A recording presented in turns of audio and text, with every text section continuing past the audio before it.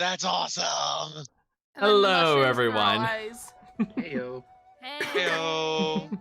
Oh. Welcome, everyone, to Ichor and Honor, and I'm your host, the Herald, and this is the Dumb Luck Club. Oh boy, it's good to be back, everyone. So, a few announcements we have. First things first, I actually gotta turn on my lights. That's probably something I should have done. I know, right? This is a professional live stream. Ah. I am a professional. Do we have to add reminders to turn on your lights with the unmute your mic? Yes. Can we start? No need. No need. Alright, so, anyways, announcement-wise. So, for those who may not have heard, we're going to start, for Ichor and Honor, it's going to be, sessions are going to be every other week, starting today. So, there's going to be a session today, of course, but next week we're not going to have any, but then we'll be back again afterwards. So, do keep that in mind. It's part of our schedule to help keep some of us, the work-life balance in check. So, so do not worry. We'll still have some fun things going on. So, yeah. Other than that, I believe that's all we have to announce. Other than, yeah, I think that's all. Actually, oh, one more thing. We may start having a different time change for the Revive Pandemic, but however, that's going to possibly be at an earlier time. So, do keep an eye out for any announcements regarding that. It may happen within the next few weeks. Hi. Hello. Hi. Hello. Are you gonna come up? Hi. Anyways. No, not you guys. Cat. Oh, okay. We're not special. Got He's it. not used to the tall bed. Bye. Used to the tall bed, so he has to climb it because his paws are too small to hop. Oh. Aw. So, There he is. without any further delay, Don't even from think person about it. or cat, or dog. Leave me alone! Paulina just has the whole zoo tonight. It is. He's okay. Oh my goodness. Sorry. It's okay. This is just gold. Anyways, without any further delay, let us go ahead and begin Ichor and Honor. You mind? Yeah. So, He doesn't want to play. Let go. mhm. I want to play. He's trying to do the thing I was warning you guys about on Thursday. Yeah, that's all. And Doctor's not having any of it. Mhm. And Yeah, what's he's on bed. I don't blame him. So, where we last left off with the party, the Dumb Luck Club are making their way through the crypt that they were guided by the Scarlet Tusk, Put it down. with Hidio's instructions to meet with the Great Colossus, the deity of the Oni. Though it begs the question, though, if they were going to be successful or not, because they know how dangerous of a trek this is. And on top of that, the faithful are currently dealing with causing disruptions in the Cannibal Compact. With this struggle, they made their way to the crypt, but they discovered they might not be the only ones venturing forth, as Lydia had picked up the scent of Itham, whom everyone else knows as the Falconer. But also another one as well, one that she doesn't recognize. After dealing with a little bit of struggle with some natural barriers, they had discovered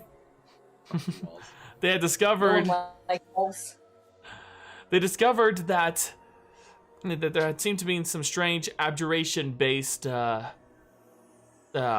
runes upon the doorways. After removing one, the party had set forth. It started crawling, making their way through this very narrow area. Though, as they were passing through and entering this larger room, Lydia started feeling a bit of a chill, almost like as if she was dealing with an illness. Now, But as this happened, they hear the whispering visages before suddenly seeing something emerge from the walls. What appeared to be spectral-like figures that seemed to be donning an armor and having cloak the hoods over what remained of their body, but you could see that there were remnants of a skeletal-like structure as each of them seemed to be carrying a blade. And that is where we are going to pick up. And I would like for you all to roll initiative. Oh, Yee, come on! buddy. Woo! Now while you're rolling that, Okay, look. I know this is a hard 9. Can you just not for like the next hour? All I Let's ask is go to see. sleep like the You old got a man 9 was. too. Guys. Y'all, good start. Good start.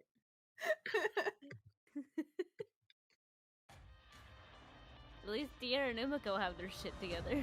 okay, so Are you talking Jesus, fireball or natural 20. oh, by the way, who's controlling a youth? No, I good. can do it. Okay, thank you. All right, starting with Gale, he got a 9. Let me pull it up. You're good. Lydia got a Okay. 10. Oh, I got a 22. Oh, perfect. 22. Delan got a 9. Damn it, youth. Youth got an 11. You broke this poor bear's Umeko, what did nose. you get? Umeko got a 19. Youth got 11. Got it. Like, what did this bear ever do to you? Diar rolled. What'd you roll, Dirty Diar? 20. Dirty 20. There we go. Okay. Alright, so put that there. Put that Why? there. I'll fix it before mom gets home. Daphne, Diar. And then Umeko. There we go. Now, I'm going to go ahead and switch over.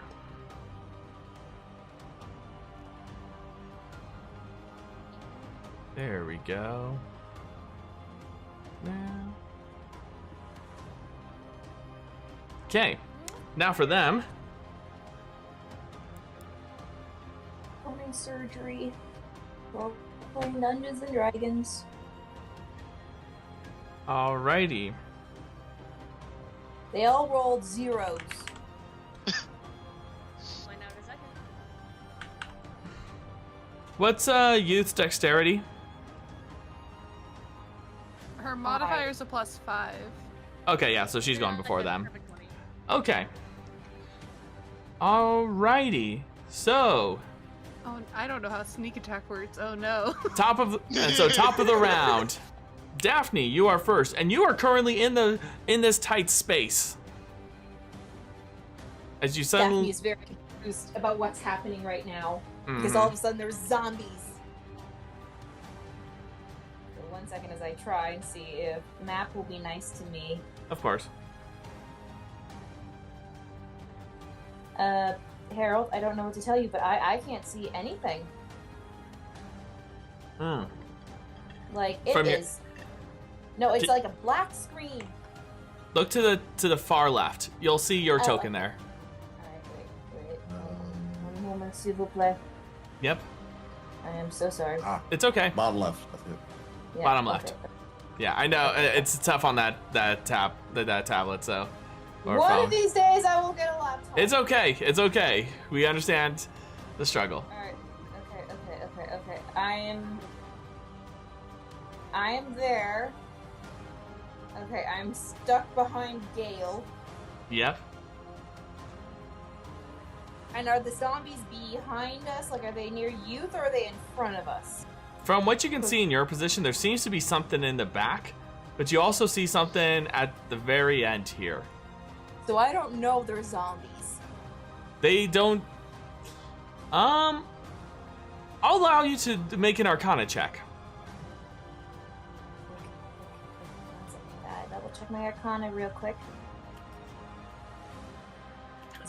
I'm pretty sure I'm proficient in it.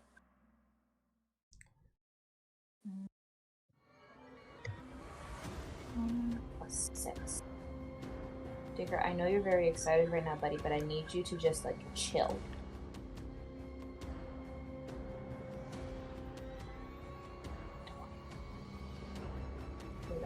Alright, plus. Leave Bear alone. It's 11. From what you can tell, they are definitely not zombies. As they appeared from the walls, and you can tell that they don't seem to have that sort of organic, physical presence, if you know what I mean. Okay. Am I able to even get a shot off, or is it like I will hit somebody? What are you planning to do? I'm not going to use my trident right now because the most powerful spell would definitely hit everybody. I can't do fireball because that will definitely hit everybody. Also, in fairness, I technically can't really see. Actually, no, wait, I can see somebody. They're just leaving. It's the dark vision that allows you to see that. Yeah, the dark. It's like right at the edge of my dark vision. Mm-hmm. Okay.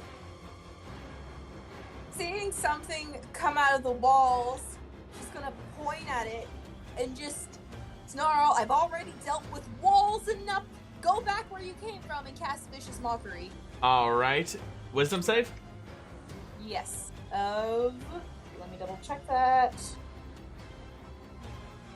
It is a wisdom save of 17. Okay. All right, he failed. Sweet.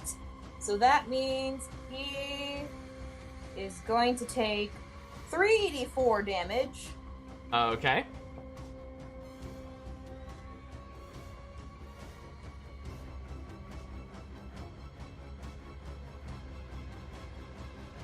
So that is a total of 9. 9. Very good. Very good.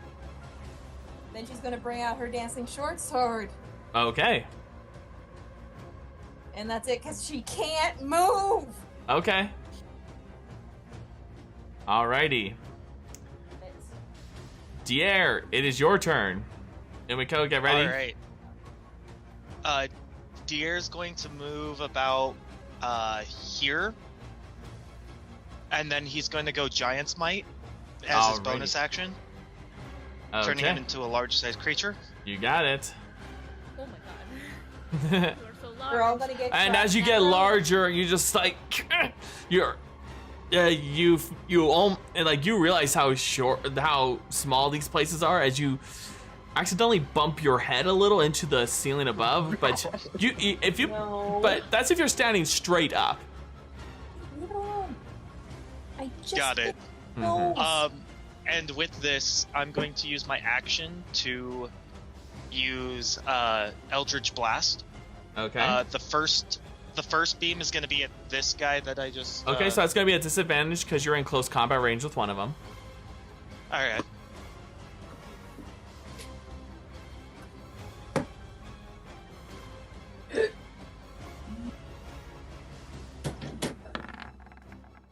Ooh. And Oh, okay. There we go. dirty 20. Very good. That hits.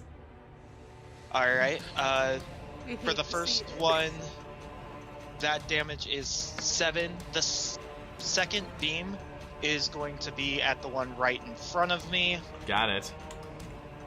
which also disadvantage, I know. Yep. Just No making problem. Sure. Which is a 12. 12 misses, unfortunately. All right, and then the third beam is going to be at this one right here. Okay. Even at the Try to- lower one, you got it. Yeah, also a disadvantage. 17 will hit. 17, okay. And that's going to be 10 points force damage. Ooh, there you go. Mind? As you're moving around the air, and after you get large, you quickly send off your blast of Eldritch energy, and it makes impact with them as you hear them go.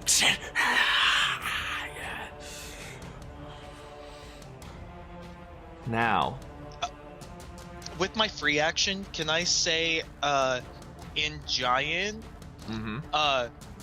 we don't mean to tamper with the dead? Okay. You got it. I'll keep that in mind. So. And is that it for your turn? Yes. Alrighty. Umeko, you're up. Youth is on deck. So, like, Umeko can't see anything. Like, she has no idea what's going on. People are just attacking.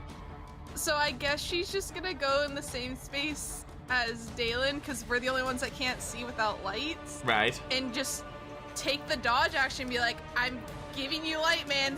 Tell me if you see something, because I don't see shit. Alrighty. Saving you.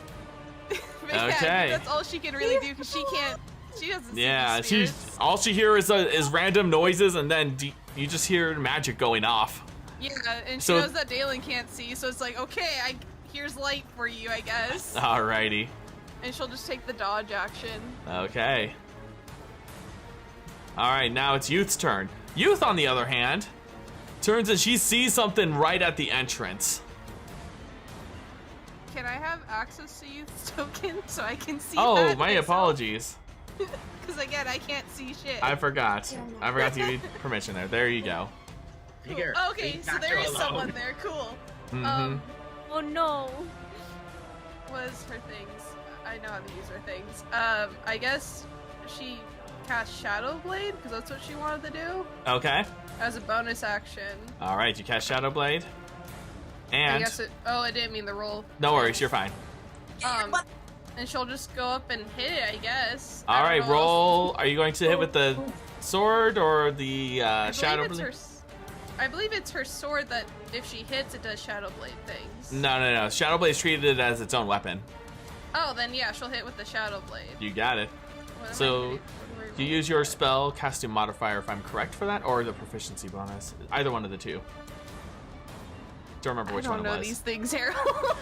I should know because I have a blade singing wizard who uses Shadow Blade. Shadow Blade. There it is. Use Shadow Blade too? That is true, yeah. Yeah, it counts as a simple melee weapon, which you are proficient in. So what I roll then? Is it D20 plus proficiency? Plus your proficiency bonus, plus the dexterity. Okay, so it's a D20 plus 10? Yeah. Okay. At advantage, because you're in darkness. Oh shit, so many things. Shadow Blade's fun that way. Oh wait, how bright is... I'm gonna check something. How bright is that light? It says you get advantage in dim lighting. Hold on. Low light. Yep, okay. Oh wait, no, you have the... Because your beetle has that bright light, it goes for 10 feet. So there's no advantage. So there's no advantage on that one for her. Well, my bad. Yeah. Oh well, Yeah, sorry. 20 the hit. Still 20 hits. Okay, and then damage was the 2d8, I think? Mm-hmm. Yep. So that's 7 necrotic? 7 psychic. Psychic things. Yep. I know what I'm doing. It's all good. When I first played Shadow Blade, I thought it was necrotic, but no, it's not. Okay, Very good. Can she do anything else? Okay, my baby boy. So that's your bonus action, your action. Yeah. I'm over here trying to watch Umeko be a badass, and my dog is trying to traumatize my kitten. This is just me not knowing how Decky's sheet works. Stop it. Okay, he's laying there. I don't think. I guess she just stays there. Okay. No. Bonus action or your action. Yeah. Yeah, I'm just trying to see if she had anything that if she moved, it doesn't impose. Got it. Attack, but I don't know if she has anything like that. Yeah, unfortunately not. And it is standing right in that doorway, so. Yeah. Okay. Now it is their turn. Starting with the one near you, Diar. It's gonna roll an attack. Nope, that misses. And let's see. Now the other one. The one at the bottom here is gonna fly over to Lydia. Get him, Nacho. Get him. Hello.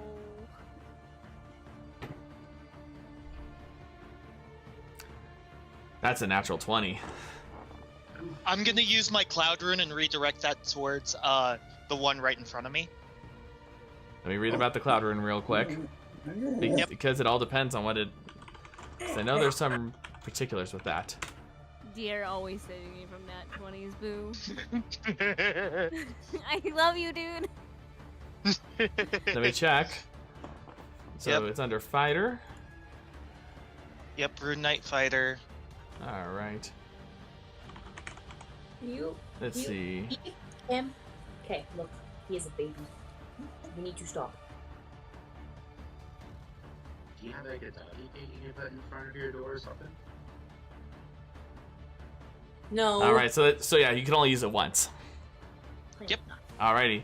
But as the region goes to it, you notice something unusual. As it strikes at the one that's right next to you, it's as if nothing happened.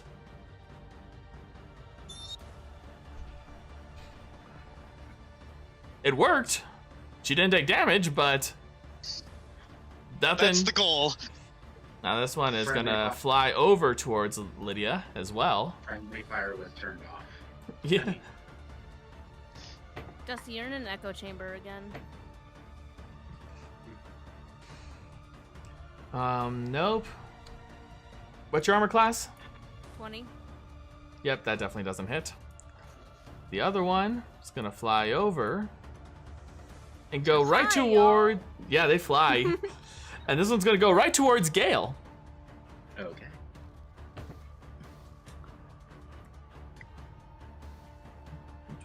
And that's a 22 to hit. My handbook. Yeah, that'll hit. All right. Now.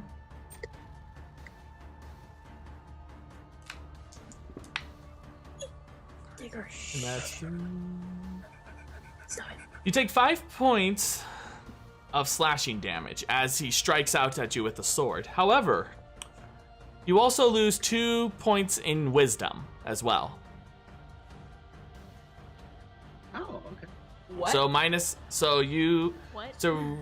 So keep a note on the side. Your wisdom has been reduced by 2. So minus 2 of your wisdom score. For how long? Ever. No. You don't know. You don't know.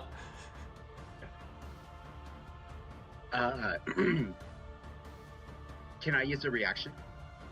For what? As soon as the one that just damaged me, Mm-hmm. I'm gonna look at it. Are you using raise my Hellish raise Rebuke? my hand. Hellish rebuke. Alrighty. Wisdom save again? Yeah. Hang on a minute.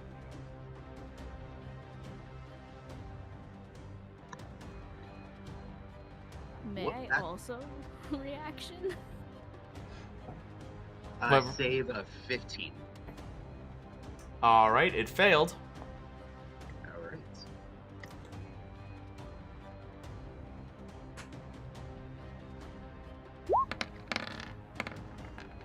It'll take 32 points of. Alright, so that's 5th level spell. Very good. Alright, May that. I skirmisher reaction and What- get out of there? What? I can move up to half my speed as a reaction when the enemy ends its turn within 5 feet of me without provoking opportunity attacks. Okay. Yep, I'll allow it. So, Just scurry away. Nope. I'm just gonna, like, yeet myself Okay. out. As you move Nope, over there, bye. you see 2 more doors over there. 2 more, okay. Alright. Now. It is. Actually, wait, I still got one more. I have to do the one near youth. That's a dirty 20. I believe that hits. Okay. 9 points of slashing damage, and she loses 2 points of her wisdom score.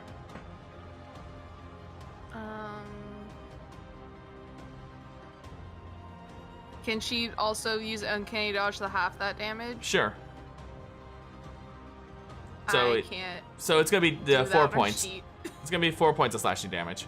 Just going to keep track for that. Let me do that. I know, because I'll you don't just own write the it sheet. down. You don't own the character sheet. That's why, unfortunately. Okay, I'll just write it down.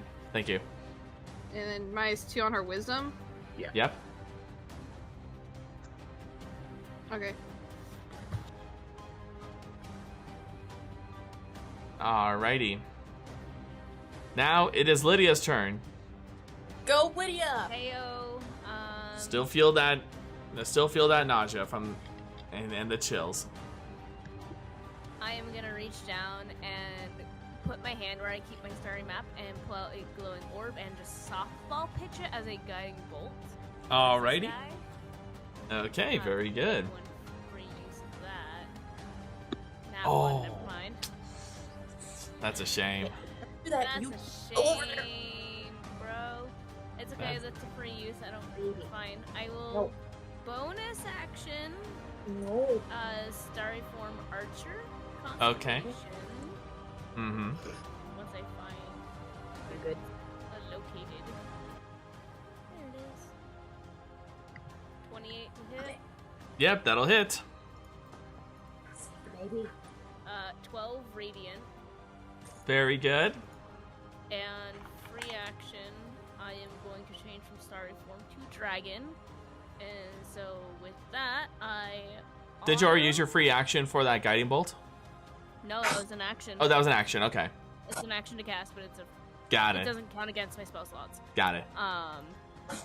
For free action, I'm going to change to Dragon Constellation, which technically I hover 20 Mhm. feet off the ground. Okay. Very good. The people need Alrighty. me. As you strike it with this radiant air, as it strikes, you just hear My bad. much larger scream than compared to the damage that was taken earlier. Radiant bro. And that's my everything. Alrighty. Now, Gale, you're up, Yes. and you see all these ghostly, ghastly things near you. Okay. Okay. Also, keep track of how of your wisdom score. I may ask you that every now and then. Okay. DM, is that a wall that is in between me and the guys, or is that like a platform? You're basically on an elevated platform. Elevated Over platform. here is the stairs that go downward. Okay. So I am going to use I'm going to use the bonus action of Misty Step. Okay. That's a teleportation too? Yeah. Yeah. Okay. I'm going to move right here, Alrighty. and then I'm going to look back at the one. Which is the one that got hit with the guiding bolt? This one. Guiding bolt missed. It was archer. Oh, I wish it was guiding bolt because then we would have advantage, but nope. anyway, Gale's going to look back at the creatures, put his hand to his head, and he is going to cast 5th level Synaptic Shock. Alright, what does that do exactly? You choose a point within range and cause psychic energy to explode there. Each creature within a 20-foot radius centered on that point must make an intelligence saving throw. A creature with an intelligence score of 2 or lower can't be affected by the spell. A target takes 8d6 psychic damage on a failed save, or half as much damage. Alright, so where's it centered? At the top. Hang on a minute. Yeah, just click on it and it'll highlight for me. Okay, right there. Did it highlight? I'm waiting for it. Do you see it anywhere? How do I highlight? You just click and hold. Click and hold the left mouse button. Oh, There it you is. go. Okay, cool. And what's the range of that? 10 feet? 20. 20, okay. All right, let me take a look at something real quick. Ichor, I know this is all very exciting, and this is your first Dungeons and Dragons game. But you need to stop. Okay? Let's see, And where find is the kid and it? you'll never.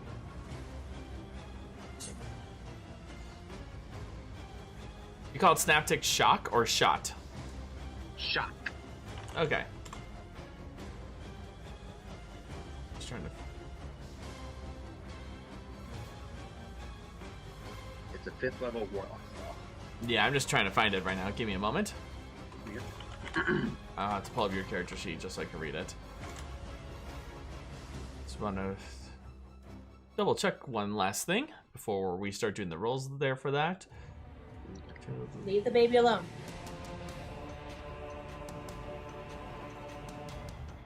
Yeah, that's the one. Okay, that's the one I need, and let's take a look at this.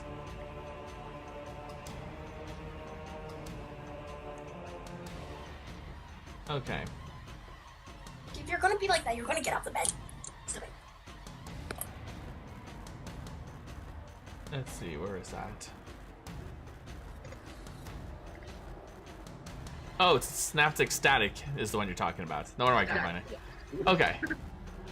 Alright. Let's see. Alright, so that means I'm also going to need Diar, Lydia, and Daphne to roll me intelligence saves as well. Jeez. You just do. Friendly fire. Mom. Yeah, friendly fire's turned on again. 21. Okay. Diar rolled a 21 as well. Hell yeah. Ah, we smart. Azuria educational system, man. Public education is good. At least in Azuria. Ignore that second roll. My hand just hit the. Alright, Daphne, you failed, unfortunately. Oh no. Oh no. Alrighty. Now, let me roll for these guys. First one, the one that's centered on, Yeah. fails. Second one, fails. Third, that one's cocked. Fails. Alright. So go ahead and roll the 8 D6s. Okay, so Daphne, you take 29 points of psychic damage. Lydia, Diar, you take half of that, so that's going to be 14. Sorry. Daphne lets go of her sword, which thankfully is her dancing short sword, so it stays in the air, and just clutches her head and lets out a pain-filled shriek as a third of her hit points goes down the drain. Yeah. Friendly fire. Check your spells before you wreck us. Shoot now, ask questions later. It's All fine. right, as this happens, you just hear a as two of them, before you, despite the shrieks of pain you hear from everyone, you notice two of them immediately disappear.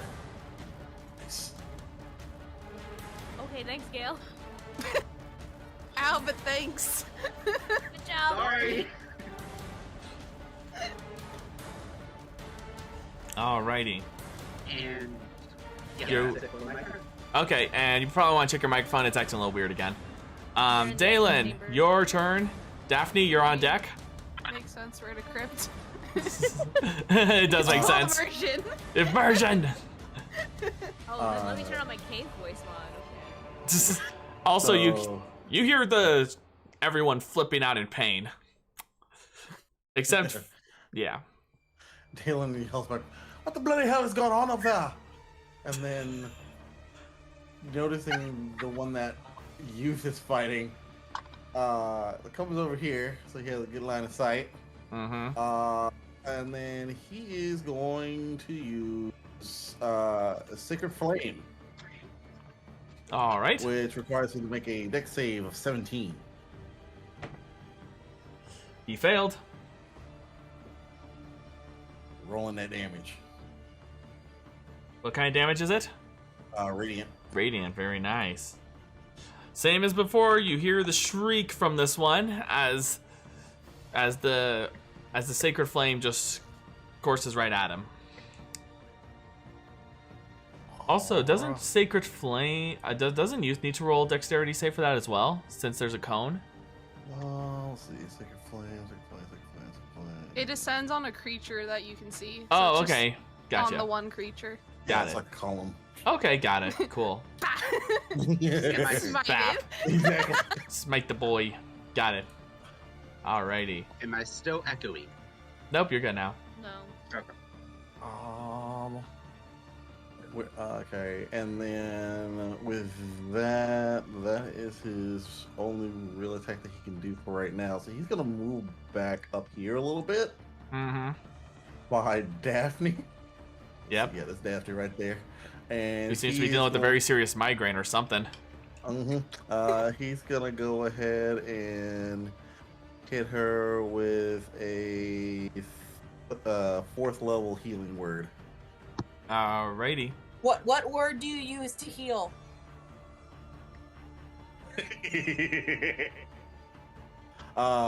Lovin'. 14. But my mind instantly went to McDonald's for some reason. Hey DM. Yes. There was another part of synaptic static. Does Mhm. Daphne need to worry about that? Let me take a look. After a failed save, a target has muddled thoughts for 1 Let's see, minute. rolls a During that time, d6. Oh, yep, that has to happen for her, unfortunately. What is happening to Daphne now? You're like the kid that reminds the teacher we had homework. What is happening to Daphne now? Oh my After God. a failed save, the target has muddled thoughts for 1 minute. During that time, it rolls a d6 and subtracts a number rolled from it from all its attack rolls and ability checks, as well as Constitution saving throws to maintain concentration. The target can make intelligence saving throw at the end of each turn, ending the effect on itself on a success. I was more worried about the third one, not Daphne, but So all my ability checks have to be reduced by a d6. Does that include my spell DC? No. Okay. We might still be okay then. We shall see. I was not reminding you about Daphne. I was reminding you about the third. I know. It's the same thing for that creature, so it. I'm a part of the group that got hurt. I know. Okay, so now with that, Daphne, your turn. Daphne, who is having possibly the worst migraine of her life and is seeing spots, just tries and focuses. She's gonna go up about to where the first one had fallen. Mm-hmm. So if someone could just move Sure. me up about the few spaces, thank you. Yeah, let me just lower this. There we go. All right. Let's see. Who can I hit? Well, you're in close combat with one. Oh, I'm in close combat with one. Yep. That's great. So, if I'm in close combat, I would have hit him with my dancing. Actually, no. You know what? Thematically, sure. Here's what we're gonna do. She's gonna, with her dancing short sword. Mm-hmm. She is going to try and hit it. All right, go ahead and roll your attack. All right. So that will be a. So that's +7, but then I have to reduce it. By a d6, yes. All right. Just don't want to. It's a miss. All right. That's great. Let me just see what I got for bonus actions. Mm-hmm. I know I don't got a lot of bonus actions because I am a bard. Mm-hmm.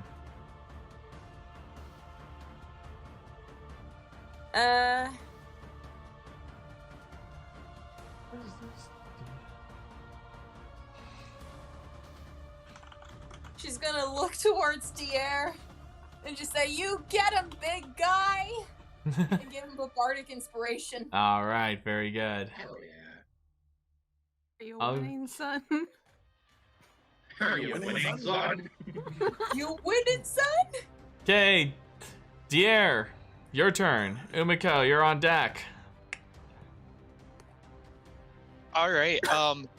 With the fact that when he used the cloud rune to move the one attack to the guy in front of him, and it seems like he didn't get hurt at all, he's gonna guess that regular melee attacks might not be the best against him. May not. Who knows? Okay. So he's going to use a booming blade on this one. And this is a question actually, I'll just make the attack roll first, just in case I don't hit. But, so roll with the Acheron blade.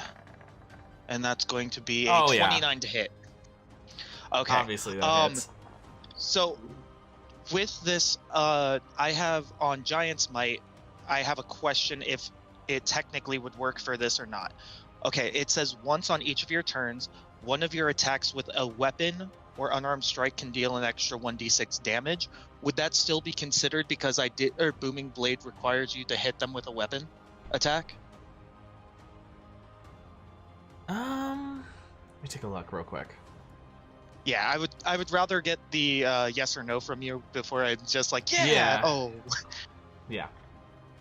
You just take a look real quick. I know you guys got a bunch of new toys and you've been wanting to use them for a while, so I understand.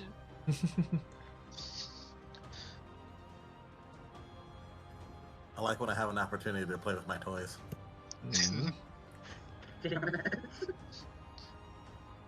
We can't understand you. Your microphone's going so distorted. It's like you're dropping the bass. That echo chamber there, Dusty. It sounds like you're doubling up, so make sure you don't have two applications running this microphone. Let's try this. Okay, now you don't sound like Harbinger from Mass Effect. Yeah, there you go. Let's see.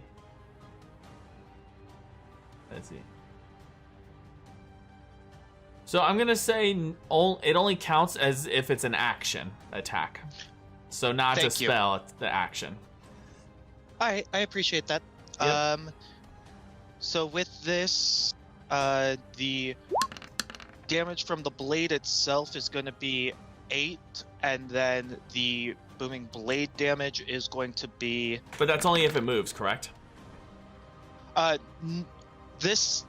booming blade is actually, it hits it, and then if it moves, it takes 3d8. Okay, yeah, because I just saw that it's you just rolled a 3d8, so that's why I was like, wait, what? What? It shows that you rolled 3d8 on Weird. this. The 2d8 version is 7. It does both. One if it's the 3d8 and then the 2d8. Let's see. Then or at least that's what it... It's the extension being weird.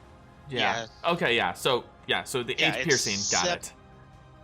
8 piercing and then 7 thunder, and then the 11 thunder, just ignore that. That's not needed. It says, on a hit, the target suffers weapons attack normal effects that become sheathed into booming energy until the start of your next turn. If the target willingly moves 5 feet or more before then, that's when he takes the thunder damage. I'm super confused then, because the spell damage I see what's going on. I see the upgraded version. That's what it is. Okay. Yeah. Okay, so it is 7. All right, cool. Alrighty. Okay. I haven't used Booming Blade in a long time, so... Alrighty. Good to know. Alright, now... Staying where you are, Diar? I'm going to... Yes, I'll stay where I'm at, but I'm also going to use Healing Word on myself as a bonus action. Okay. First level with a Warlock pack slot. Alrighty. And I'm going to heal 6 points. Alrighty. Now... That's my turn. Umeko, you're up. You see Delan move and then go back. You hear screaming going on. You have no idea what's going on because you're in the darkness. Can I make the assumption there's something by youth? Yeah, so you hear screaming all around. You're just like, you hear Daphne screaming in pain. You hear weird things screaming in pain. Everyone's just having a... Going on. It's like as if you're... It's like, it's basically like in the Star Wars Battlefront where you have to escape from the Ewoks at night. And you just hear people... Oh my god. Just screaming. No. Okay, You're just like, what's going on? Where are they? Umeko's gonna move up to be in the same space as youth so she can just punch the thing. Okay, like, now you see the freaky times. thing. Oh god, like, especially, I imagine she just turns the corner and goes, ah! And just punches it. Just like yells. Okay. First attack. 23 to hit. 23. That hits. 1d5, 1d6 plus 5. Are these strikes considered magical or non-magical? They're considered magical they're considered magical specifically to get over resistances. Got it. Okay. That's what it says. All right, so that's very good. 7. I'm gonna spend a key point to make it a stunning strike. Alrighty. As you so go DC ahead and 17. as or you con do save 17. As you do this and you go to strike them, trying to paralyze them, you realize that it doesn't seem to be phased by it. They are immune to being paralyzed. Okay. Oh shit. Second punch. Just punch him again. 15? 15 hits. Okay. So another bit of damage. Another 9. 9, very good.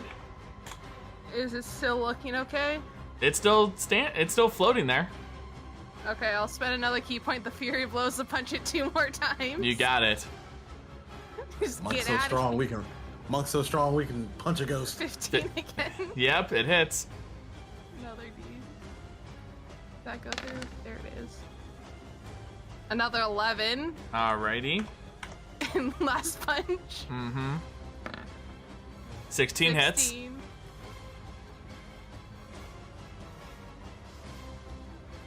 Another 9 damage. Very good.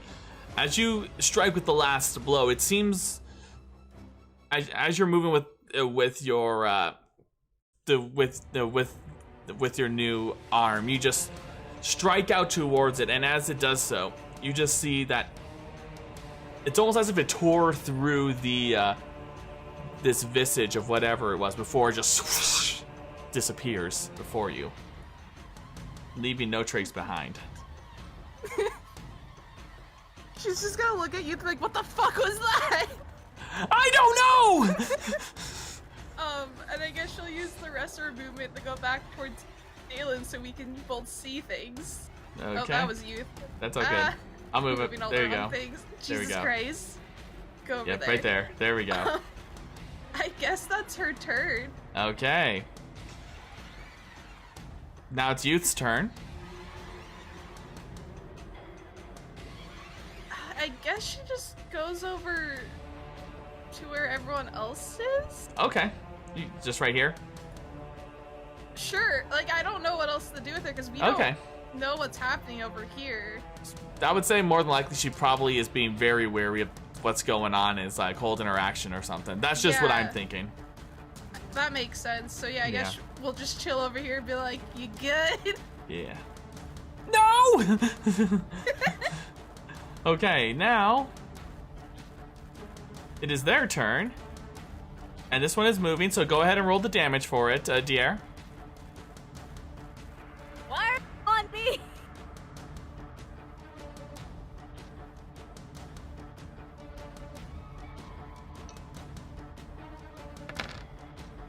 Very good, thank you.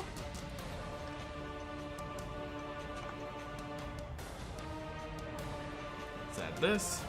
Add the 8, very good. Now it's gonna strike out at you. And that's a dirty 20. I'm going to like bend my finger and use runic shield, making them have to re-roll that. Alrighty. Still hits.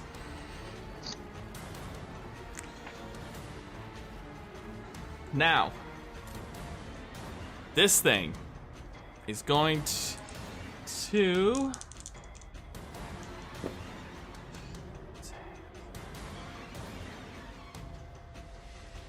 you take 18 points of slashing damage, Lydia. Wait, why me? And this time, you're going to, for you, you also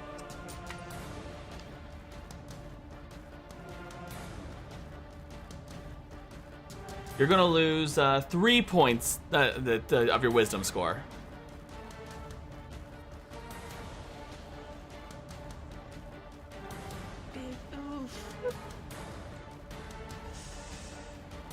This one is moving towards you. It's going to attack. That's 23. That will hit. And 16 points of slashing damage. And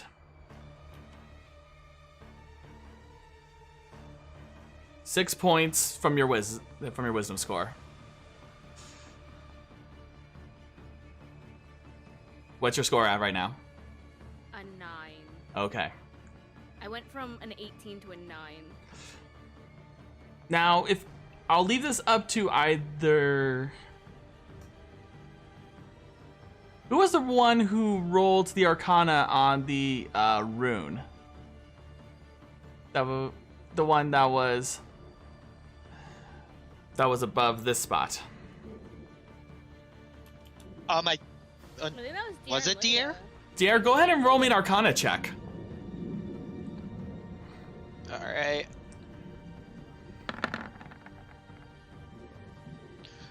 Natural 20.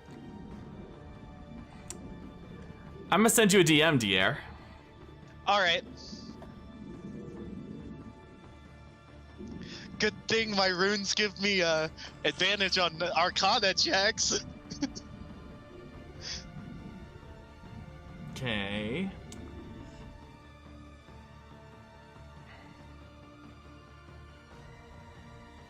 At least you're so cute, Lydia. Druid's a wisdom base. Wisdom is my spellcasting modifier and my saves. Like, Yeah. I was working towards a perfect wisdom next level up. Well, at least you're still cute. Nacho thinks you're cute. Isn't that right, Nacho? Nacho, let me love you! Ooh, that hurt. Nope. Go over there.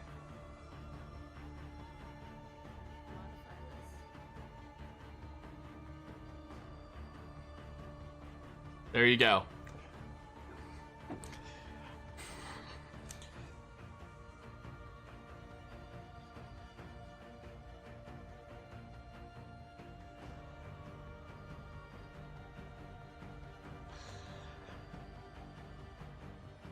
Now, it's Lydia's turn.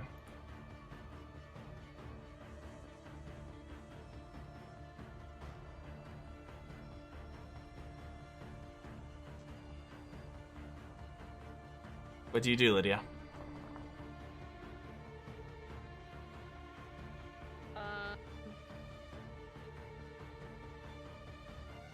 In a attempt of self-preservation, Mm-hmm. I am going to cast Guardian of Nature on myself. Okay. Which form are you taking? A great tree. Okay. So I'm gonna start. My hair is gonna start turning leafy, and I'm covered in bark. But Okay. I gain 10 temporary hit points. I make Constitution saving throws with advantage. All my Dexterity and Wisdom-based attacks are with advantage. Mm-hmm. And when I'm on the ground, 15 feet around me is now difficult terrain. All right. I will touch down on the ground. and make difficult terrain 15 feet around me. Umeko, Okay. it's Planthony. I'm gonna give myself 10 temporary hit points. Mm-hmm. Okay. And I am.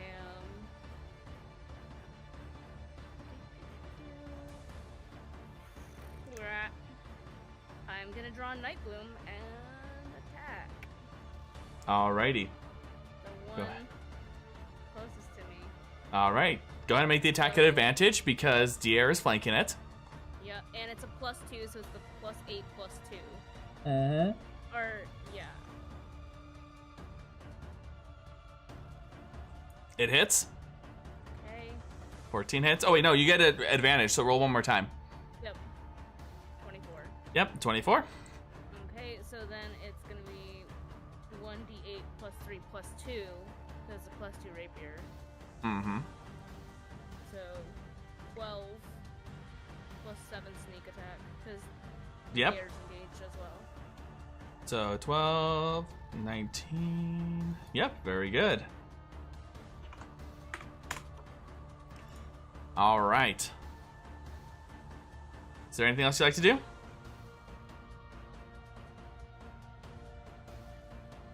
No. I'm like, Okay. crying's a free action, but I can't Crying cry is a right free now. action. I can't cry. I can't cry over my wisdom right now. Nope, I'm good. Okay. It's difficult wins 15 feet around me. Mm-hmm. Alrighty. They're Gale. Your turn. Delan, you're on deck. Gale, you see that they are seeming to focus on Lydia.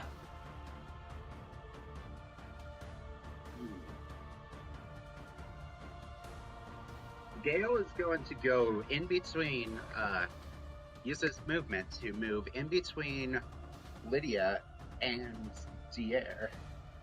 So right here? Yeah. Okay. I'll move it. You, sorry. yep, you got it. Ah. You got it.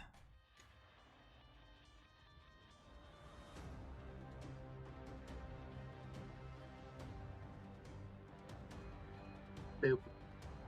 Alrighty. And the one I'm in close combat with. Yep, this one. Gale's going to pull his arm like this. Mm-hmm. Shadow Blade. Alrighty. Bonus action Shadow Blade. Now you will get to roll this at advantage because you're in darkness.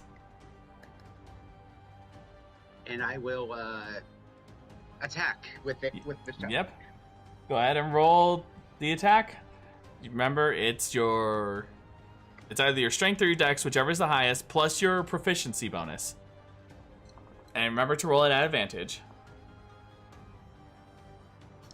So the saving throw or No, just roll an attack for that. roll an attack? Oh, Yeah, like a weapon.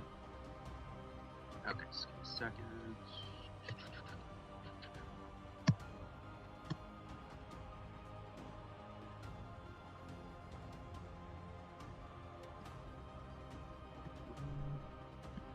Oh, attack. Alrighty.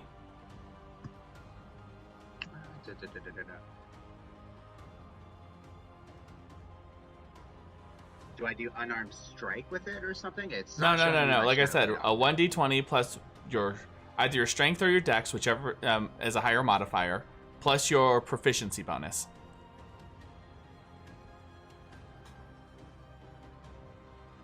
Oh, okay. I see. So strength is your highest. So a d20 plus 4 plus the proficiency, so it's a d20 plus 9.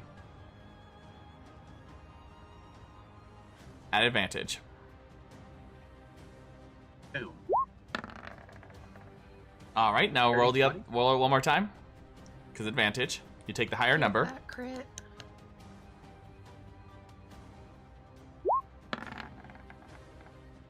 All right, 22. Yep, that definitely hits. So go ahead and roll your damage. And that would be 2d8. 2d8. Okay. Unless you rolled it at if you cast a spell at a higher level.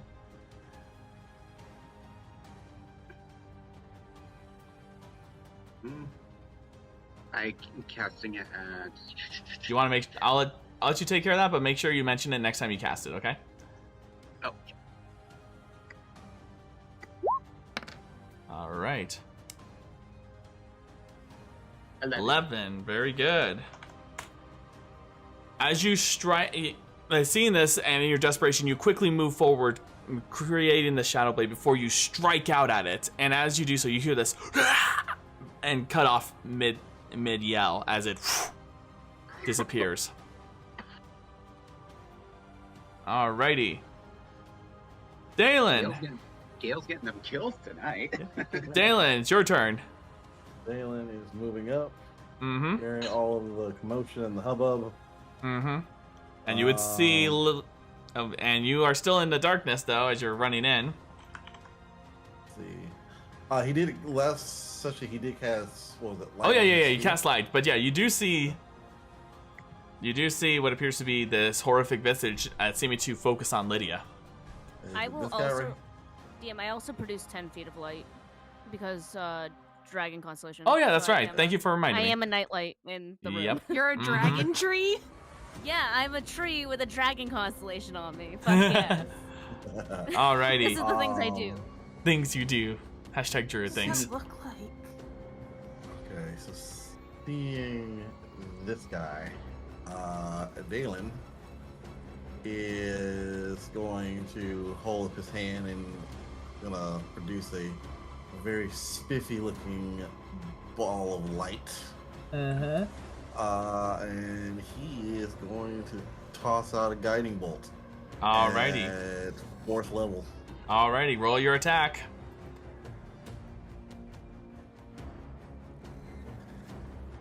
27. 27 definitely hits. Now roll your damage. 28. How do you want to do this, Delan? So Dalen's gonna basically hold up his hand, clap his hands together, pull them apart, and you're gonna see this bright white light shining between his hands. And he's gonna look to this thing that's been attacking Lydia and just go, "Time to show you the light!" Toss it out, and then just hurl this thing right at him. As you do so, you just see this bright light just go passing by you, Gale, and Diar, just right down in that space between you. And you're like, whoa! Trying to avoid it as it goes flying right towards this, to this creature. And then before it even has a chance to yell, just it's gone before you. Digger, stop. I've always liked that trick of yours, Delan. And that combat is over. Dalen's just kind of proudly slams his staff into the ground. Daphne sheaths her sword and slowly just goes on her knees on the ground since it lasts for like another 50 seconds. Mm-hmm. Delan is going to turn to Daphne, knowing that she's still not looking too great, and he's going to use one of his charges of healing light. So that's 2d6. Okay. Let's see. I will drop all my stuff and probably just back up and to my Roll back call. against the wall That's and just 10. sit. Mm-hmm. Roll call. Who's not dead? Sound off. Yo. Yo. So imagine As Youth you- and Umeko poke their heads through the doorway like as Yeah. kids. You'd be like, "You good? We Yeah. good in here?" How many hit points did I get back? 10. Thank you. So does Cool. anyone know what the hell those things were? No. Lydia, you good? As you look Diar's gonna to go over- as you take a look at Lydia, Daphne, Diar, you see that for the first time, like really, you see legitimate fear in her eyes. Oh, She's fuck. on the ground in a ball, like fetal. Ugh. Just like no. Working through the migraine, she gets back up on her feet and like, cause big sister energy's been activated. It's like, nope, Mhm. not happening. All right, what's happening? What happened? Tell me how Daphne can help. Are you alright, dearie? My lady. Are you shrinking down, Diar? Because you are a big boy in this Yes, small room. yes. Okay. Yes, I am definitely shrinking to normal size. Okay. Hey, DM. Is Gale feeling any different from losing those 2 wisdom points? I'm not gonna say anything because at the moment they're in their conversation. Oh, sorry. You're good. don't know. My lady, when we passed through the archway, when you felt sick, I think it marked you. What does that mean? I have no idea, but it might be a magical effect or something of that nature. Okay, does anyone have Dispel Magic? Not today. I have greater restoration from my mom. You can try it, sweetie, because I can't do anything. I didn't see a spell cast a counterspell.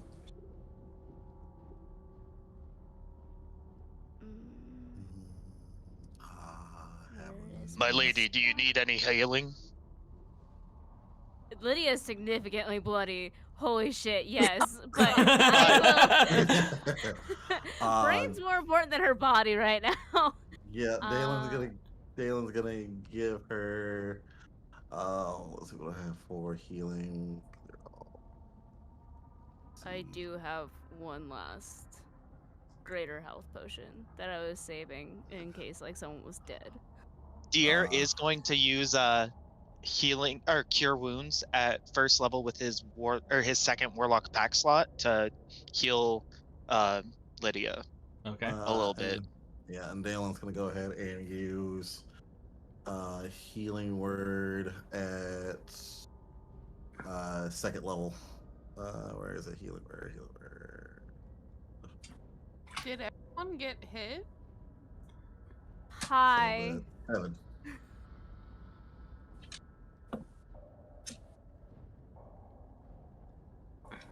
So 7 from Delan. Digger, stop it. I mean, I'll heal everyone with a healing wind. It's only a D4 for each of you, but I'll do that. Should be healing 7 from Diar as well. Okay. Everyone heals 4. Okay. Hey. You're welcome. Cool. I'm still under half, but we're good. I can do it again. It's a cantrip. I can just keep doing it. As you cast your healing wind, Umeko. Or not, apparently. Whispers.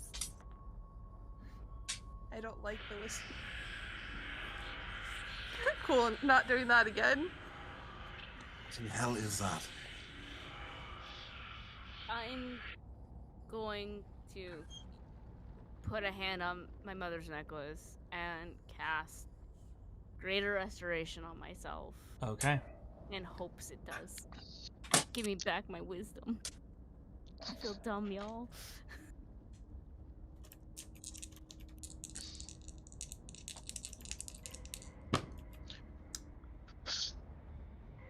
High or low? Hi. You cast it. You feeling this desperation, clinging to the thoughts, the comfort of your family from the time before. There's a faint mint green glow about it as you cast this greater restoration.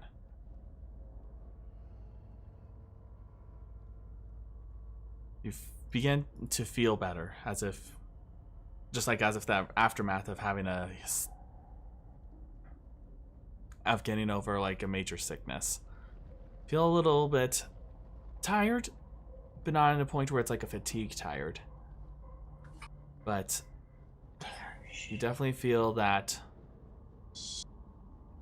despite the trauma that you're feeling from all this, that you definitely feel quite a bit of relief. And you could also bring back your wisdom score back to where it was. Alright. Okay. Umeko, can you do me a quick favor and roll me a religion check for youth? For youth? Yeah. Okay.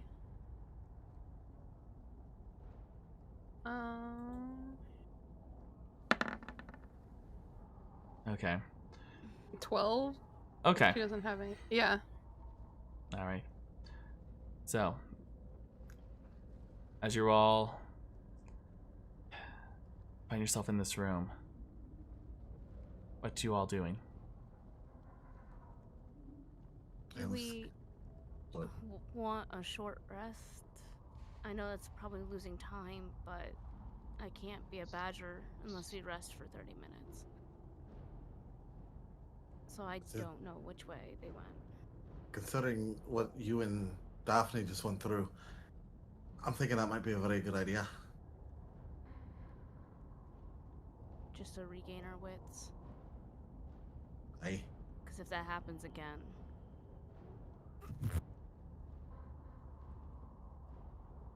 Alright. Are you all going to take a short rest? Are we all in agreement? Short rest? I agree. Alright, so a short rest would be about an hour, but if you go ahead and... Was it 30 minutes or does it say an hour? It's 30 minutes. Short rest is... Oh, at least 1 hour long. My bad. It's all good. So, as you take your time to gather your bearings, you may go ahead and roll the dice for your short rest, if you'd like. Also... And if anyone's doing that, I'm also doing a Song of Rest, so you get an additional d6 for healing with hit dice. Okay. Dalen's gonna do the same thing. Damn, I can't do those things for you, by the way. No worries. You could just go ahead. I'm trusting you to keep track for that. I rolled a 33 for hit points in game log. It didn't come over to roll 20. Just no worries. Accountability-wise. Yeah, I saw that on the log right there. Didn't show up on stream, but I did see it on the campaign. Mm-hmm. I'm basically at full. Okay. So, during this time,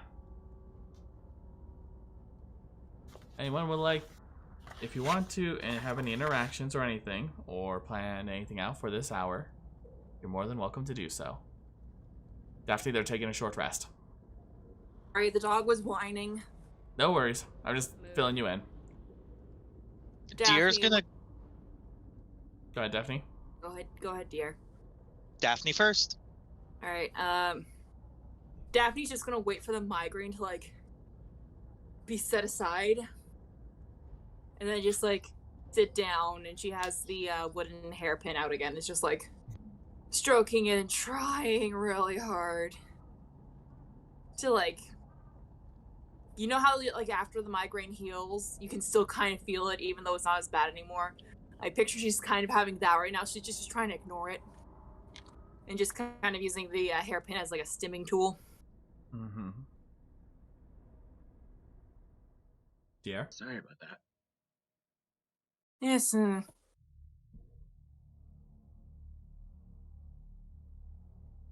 Diar's going to, like, walk over towards Lydia and then start humming a tune from Azuria.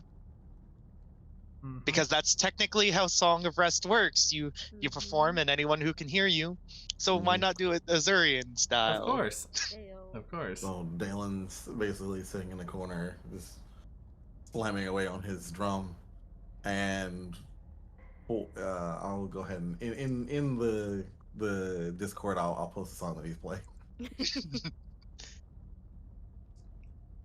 Does the healing song thing affect everyone? Yes, it does. Everyone who can hear. Yeah. What does it do again? An additional d6 from mine to your healing when you use hit dice to heal. What's your d6, boo? Oh, give me a second. I didn't think about rolling it. GG. I'm sorry, guys. It's okay. 2 from mine. 3 from mine. It's a total of 5. Nice. I'm basically at full. I think Lydia this whole time is just sitting there against the wall, just disassociating.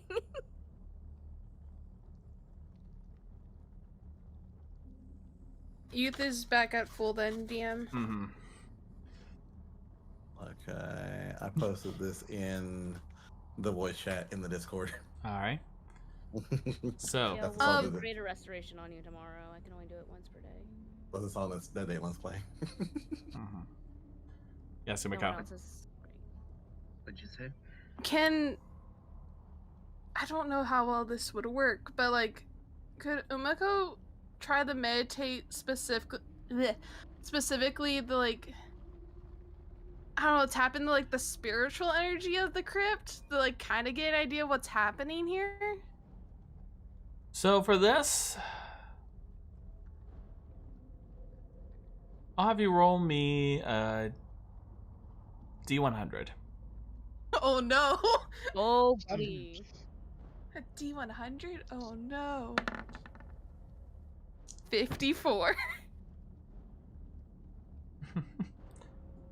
I rolled a 54. That was a laugh. I literally rolled 54 as well. Oh!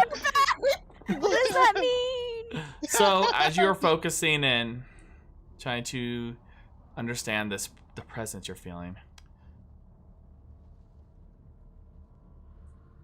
one thing that stands out to you about this place is that you get this strange sense of feeling of coldness, but not in the sense of like you think of when you're thinking about the temperature in this crypt, but a coldness as if there's been neglect, that it's been disrespected.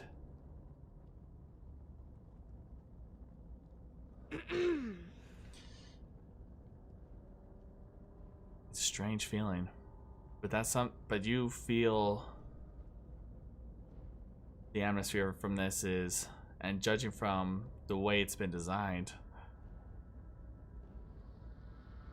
not exactly sure if this means that you are desecrating it by staying here, or the fact that it doesn't seem like it had been visited as often.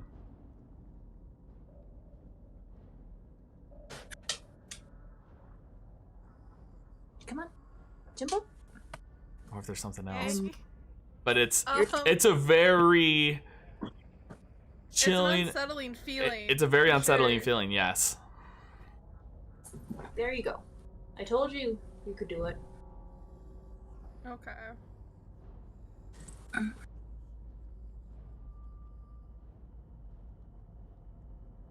Umeko, you've noticed anything, dear?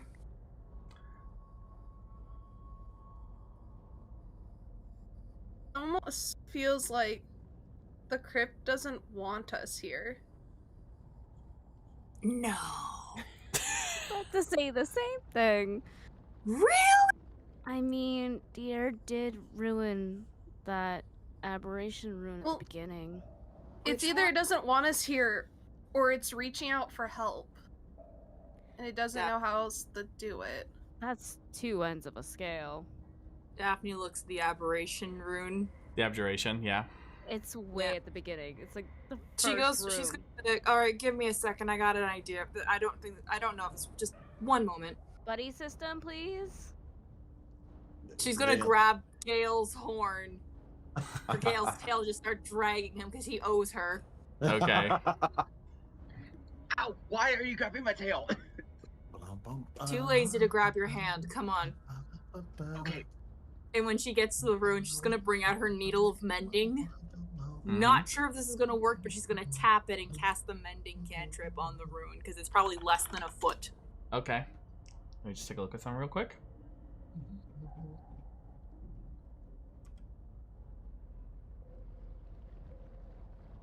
From what as you cast it, it does seem that the damage from like the scraping had been has been repaired. Though you don't see that it gives off any particular glow or anything. Though you do know from your understanding of the spell that while it does physically repair, it doesn't mean it's going to restore the magic from it. Say, DM, do I notice anything when it gets restored? Like, do I feel a difference? Did you follow us?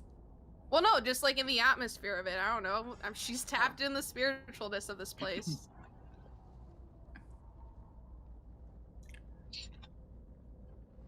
Trying to to make amends. We're sorry. Lesson learned.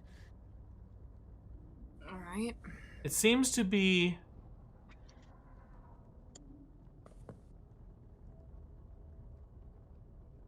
not as cold. There's still this coldness about it, but not as much. We helped it a little. Oh, good. Daphne's looking at this rune. Does she know how to act? Like, she's seen Diar do a bunch of rune things. Does she have, like, a vague idea of how to empower a rune without, like, causing the whole place to just, like, while you do, like, you have done that sort of thing before, though this is old magic, like before your time. Old magic. Oh, so it is old. It is very old. That annoys her slightly. I imagine she's still there, like, still holding Gale's tail, just, like, looking at this rune, like, So she wouldn't know, like, how to activate it then. Nothing for this kind of thing. Can you let go of my tail, please? No. And she's still like, all right, well, and she's like going through her head and thinking about like all the things, like all the old magic techniques that she is aware of that would be able to cast it. Give me a history check. And I picture she's just like muttering like all of the possible ways that she could possibly maybe activate it, ranging from putting a spell in it to getting some blood. I picture she's just like muttering. Wait, sorry. It did twice, but the first one that appeared was a natural 20, so. Oh, sweet. Woo! Get it. From what you gather from looking at this, it's definitely. You remember that that a lot of the magic in which you had studied and everything in regards to this sort of runic sort of aspect, especially since it's mostly common in Havarok, from what you recall. Like, they are all about the use of runes. Some in Azuria as well, but the biggest ones that really used runes were in Havarok. But you also are aware of by the fact that this is from a time before you, and the fact that around this sort of time, writing was a very new thing, as there was still a concept of oral tradition. It's basically the writing system in and of itself is, you can conclude just from the age of this place that it's basically as revolutionary as when the personal computer was released to the public. That level of revolutionary. It is that old. The only way you conclude that you might be able to activate this again is if you learn it from someone who was from that time, as it was an oral tradition for these people. So, should have brought Mirai. Okay. Realizing this probably won't work then, she's gonna do it the way she usually did it, like whenever she had to do rune work at home. Mm-hmm. Finally letting go of Gale's tail. She's gonna bring out her needle of mending, transform it into a dagger. Prick her finger. We apologize for any transgressions we have done to this place and setting, and I humbly ask for your power to be restored so you can be returned to your former glory. And she's going to tap her hand on the rune. Oh boy.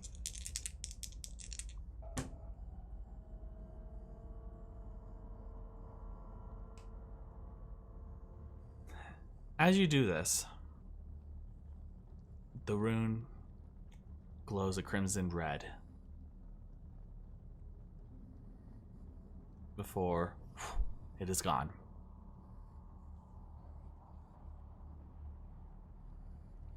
Umeko, how's the vibe check?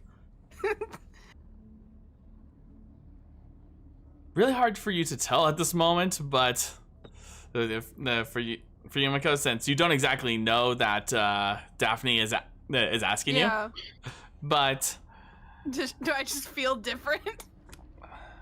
It's really hard for you to tell because you are so unsettled by what had happened, really. Mm-hmm. But at least you did something, Daphne. Something happened. Alright, okay, sweet, awesome. I'm not sure if that did anything or not. She's just looking at Gale. Well, it did something. I just don't know if it's a good thing. Solid. I guess we'll find out. I guess so. She turns around and goes back to the group. I tried. Good job. I mean, it feels a little less cold here now. If that makes sense. I mended the rune and I tried to activate it.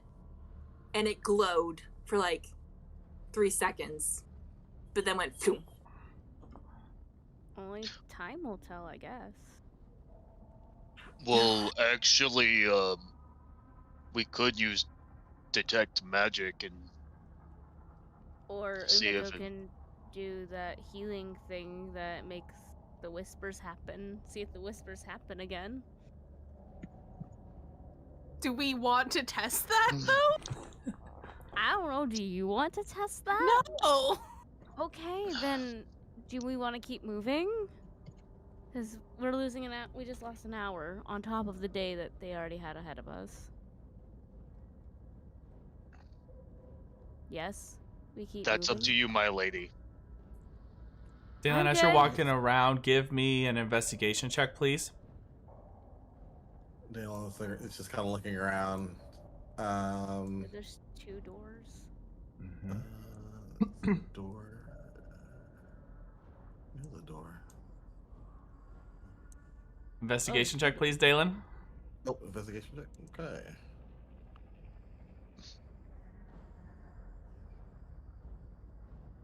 That is a 15. As you're looking around, you do notice something about this door over here. Seems to be partially ajar, not fully closed. He puts his hands on it and just goes, hitting door, hitting door, hitting door, and then just like gives it a quick push. All right. While it isn't a hidden door, you do open it easily. Yay! He moves in. We'll just kind of like leaves his head in. Delan push open a door. Lydia's just gonna stand up and brush herself off. Realize that was a dumb move. Sit back down and wild shape into a badger. Okay. Like stand up. Oh wait, I should just stay down here. It's easier. Badger. All right, badger form it is. Sniff around. For ye old brother.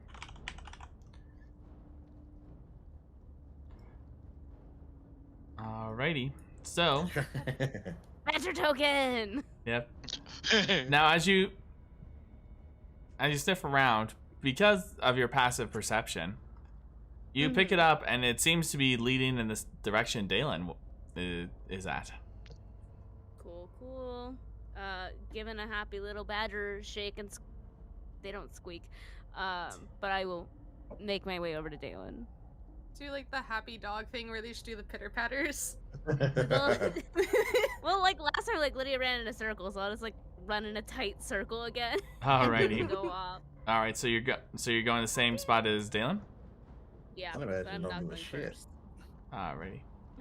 And you see that it leads down a narrow corridor, Delan. Delan calls back to everybody else. There seems to be a bit of a hallway down this way.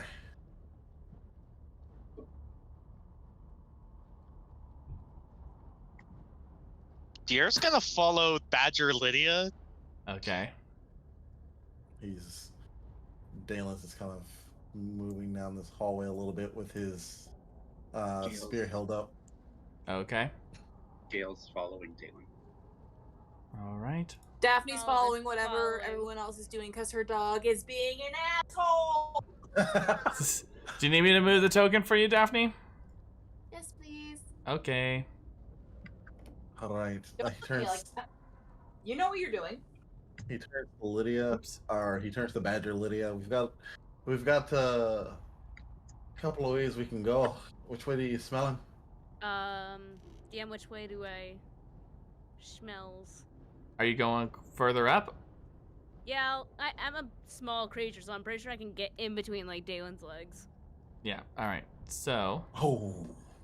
as you're taking a look, whoops, you notice seems to be an opening here, but you also notice narrow corridor this way. Now, this one, however, as you're looking, you see that it's an entrance to a larger room. Is that where Itham went? Give me a perception check. I'm gonna go ahead and give her a bardic inspiration. Okay. That's a 1d8. Mm-hmm. But it's dark, so I can see.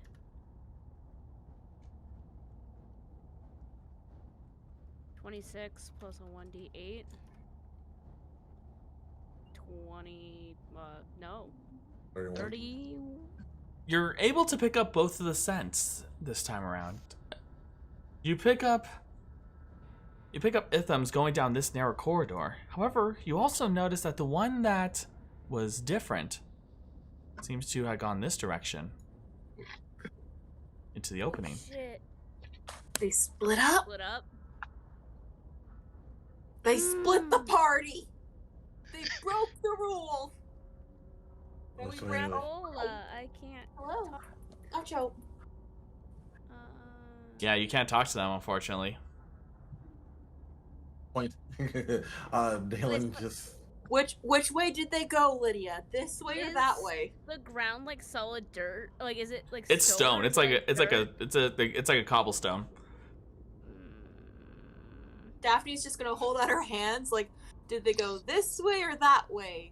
And hold her hands out to her paws. Okay. I will put both paws in both hands, like. Actually, so Itham went down this way, right, DM? Yes. Down this narrow way. That's where the scent goes, anyways. Lydia's gonna point down that narrow hallway, and it's gonna look so weird. But as a badger, she's gonna stand up on her back legs and kind of like flap her arms, like the badger meme. Badger, badger, badger, badger. She's trying to communicate that it's a bird, like bird, falconer. I need to roll it. I don't know if this is an. Go ahead. What's your passive insight check, Daphne? I'm so sorry. I'm gonna roll insight real quick. It's a 21. You're passive. Okay, you can pick up what she's talking about. So you get the idea. It might be about a bird or something. Daphne's gonna look at her, and then just look at the rest of the group. I don't know, guys. I think she's finally lost it. Yeah, I'm gonna roll insight for Delan. Okay. It is probably gonna I will note though that Daphne's trying very hard to hide a smile. Okay, give me a deception check, Daphne. I will growl at Daphne, just like, you bitch. You know what I'm talking about. Does she, though? Does she? You're smarter than this, Daphne. I know you are. 17, okay.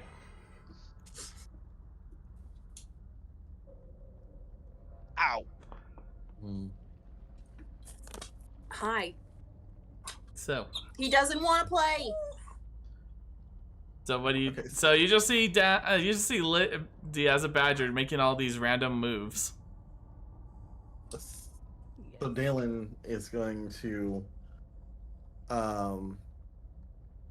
turn to Badger Lydia. Which way did your brother go?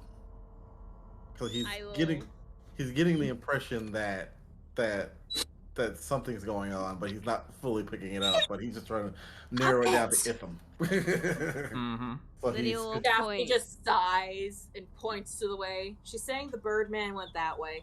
Okay. Yes. Okay. I don't know if you guys care But- about the other one, but I know it went this way. She's gonna look at her. Wait, why'd you hold both of my hands first, though? Did they go both ways?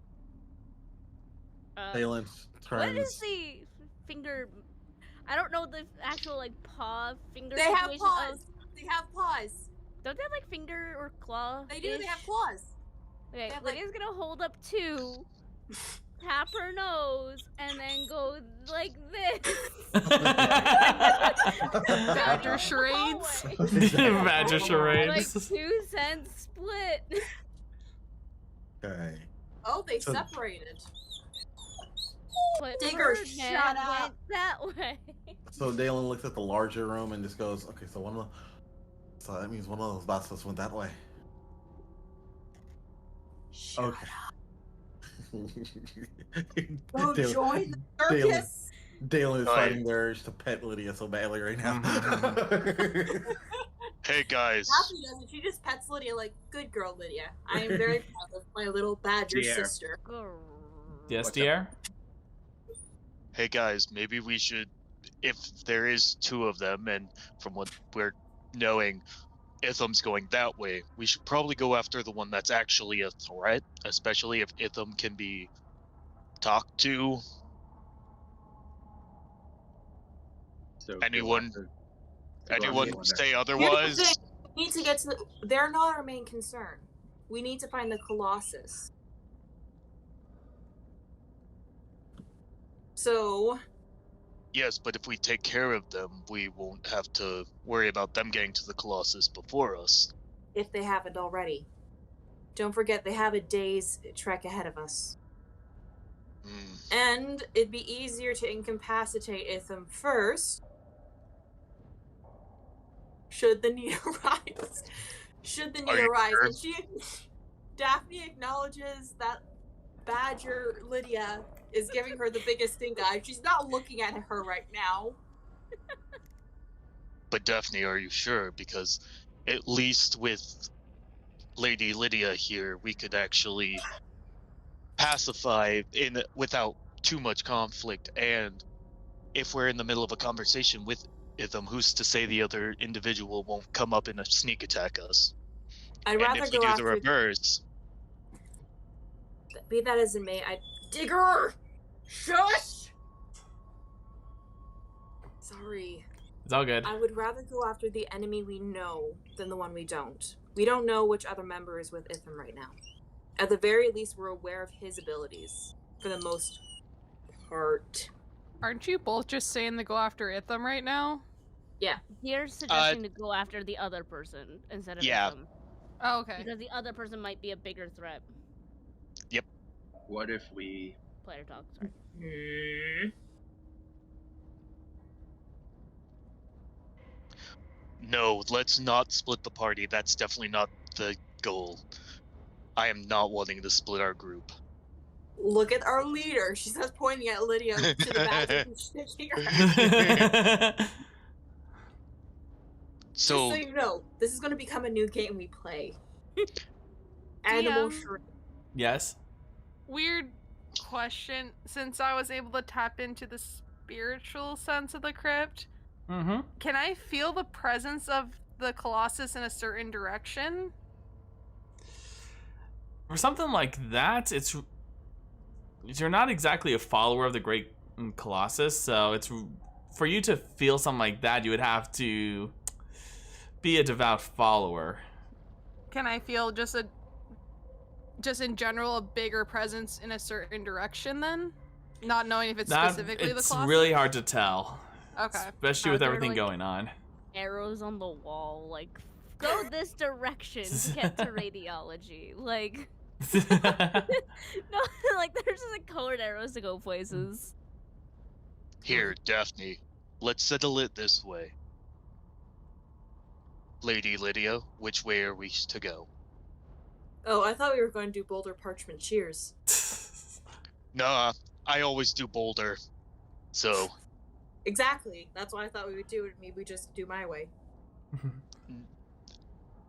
Hey, we might still because of Lady Lydia, but But this is all up to Lady Lydia, since you yourself said she is the party leader.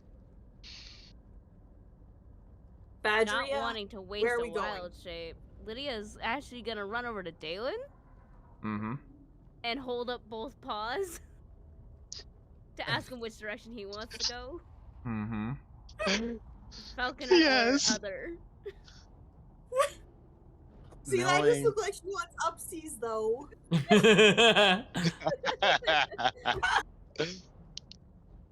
Damon's gonna head this way towards where the way that Itha went. Okay. All right.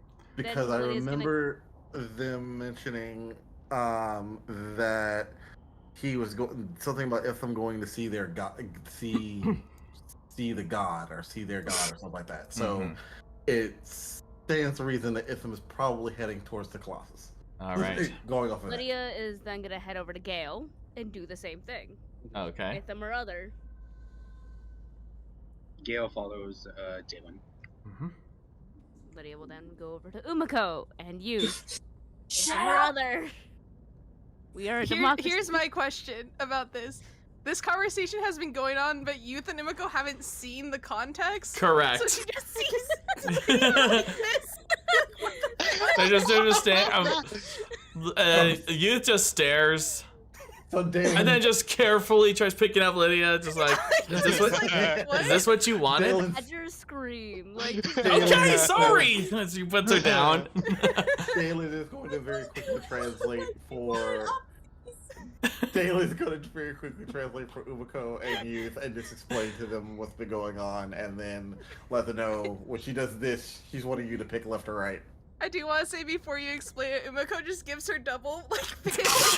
Like, is this what you want?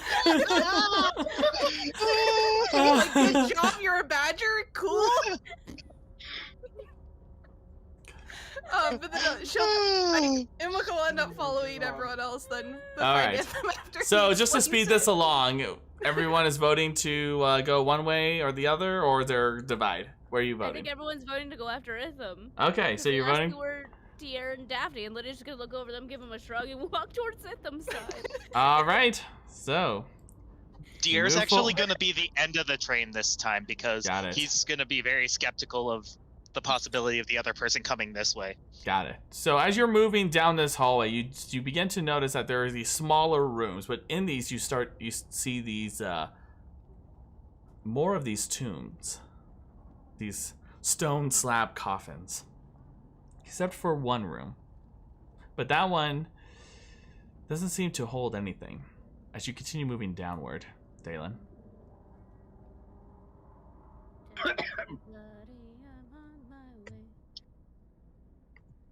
Okay.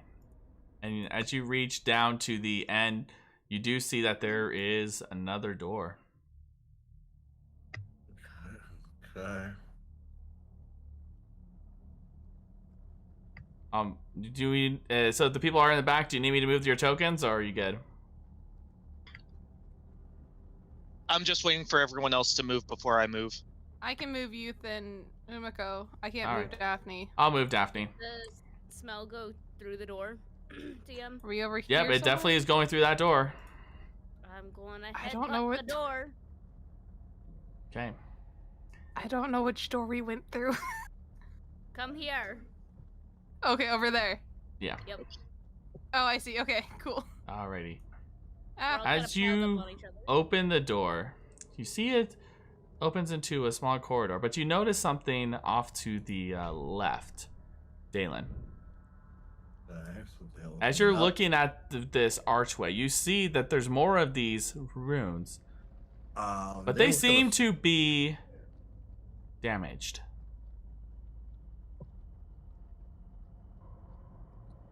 So the runes are already damaged? Yeah, in this one, they are damaged. I think it's gonna very slowly just like put a hoof out and move forward. And very slowly step in. Okay. Does anything happen to him? Is he still looking good? Still looking fine. Okay. Whew. The Gale's scent following. goes left. DM, does Hmm? the scent go left? Does the scent go left? It goes to the right. Ah! However, you do pick up another scent, though. The same scent that you had earlier, but it seemed to come from the left. Ah! Now it's splitting. Okay. Now it's coming back to meet us in this room. So, Lydia's gonna scream. Badger scream. To get Dalen's attention. Dalan comes back. And turns around and points at the other door. As this happens, do you want me to go in here? As you are turn around, Gale. Yeah. You notice something seeming like in that hallway that he was in earlier. As you're looking down that way, you see something almost like aimlessly walk by the view. Clad in white, deathly pale skin. Looks like as if their feet are barely touching the ground. Can you describe it again? Deathly pale white? Yeah. Okay. Ghost. Seeming to pass by that way. Seeming to be as if wandering aimlessly. Guys, I think I just saw a ghost or a phantom in the other, right behind you, Delan. You turn in that room.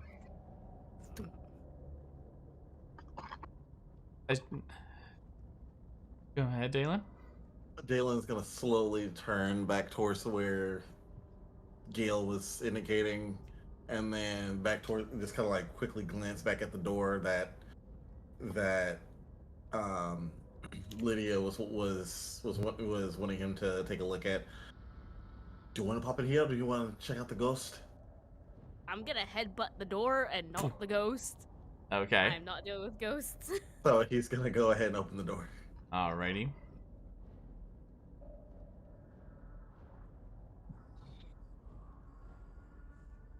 So you open the door. You notice on this end that as you enter, you start to feel a little bit of warmth in this room. He's gonna enter very slowly, still being very careful. Still holding out his spear. All right. Keeping a lookout for any runes or anything that looks like it might be a trap. Mm-hmm. And as you take a look, you see that there seems to be these brazier stands that seem to be alight with flames, and you see what appears to be that of an urn in the center. It looks like we have some sort of altar in here. Not hearing Dalen's cries of pain, I'm gonna scoot in. All right. What the heck happened to Teksuo's screen? I know, Tech's blue screen is a little off again. He vanished. All right. Yeah, I turned it off. So fix it. Okay.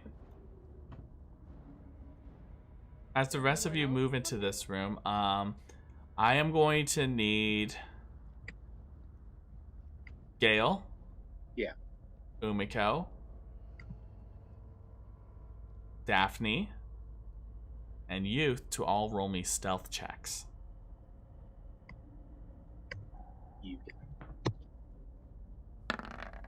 I get back from letting the dog out, and all of a sudden I have to roll a stealth check. And it's your fault. Alright. I'm just waiting for Daphne's. As both of you move, as they all move in, you suddenly, Gale and Daphne, you both accidentally kick up a little bit of some loose rocks. And then in a moment, you feel like you're feeling this urge to hold your breath as you suddenly see something clad in white in a traditional Ivhan outfit. You see what appears to be the hair seeming to float. Uh-oh. And you see that then it seems to be that of a feminine figure with nails that are long. DM, is this the same phantom thing that I saw? You didn't get a good look this time, last time around, but the clothing is quite similar. It stops, looks over. You hear a starts just pursuing you down this hallway as you see. Hold on. As you see this visage seeming to go from being just from a spectral-like thing, a creature, to physical, and starts moving towards you as it's barreling down the hallway towards Gale's you. Gonna cast Eldritch Blast at it. All right, go ahead and cast Eldritch Blast. Daphne, Umeko, you see this barreling down towards you. What do you do? 22.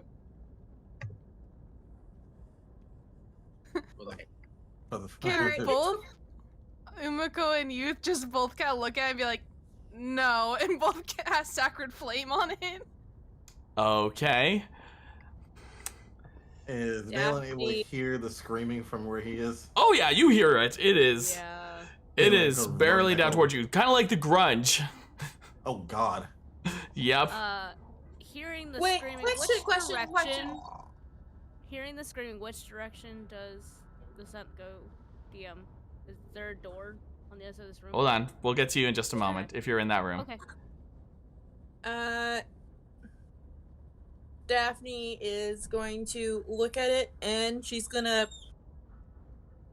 say, this is getting out of hand. She's gonna flex her hands a few times before clapping them and casting Shatter.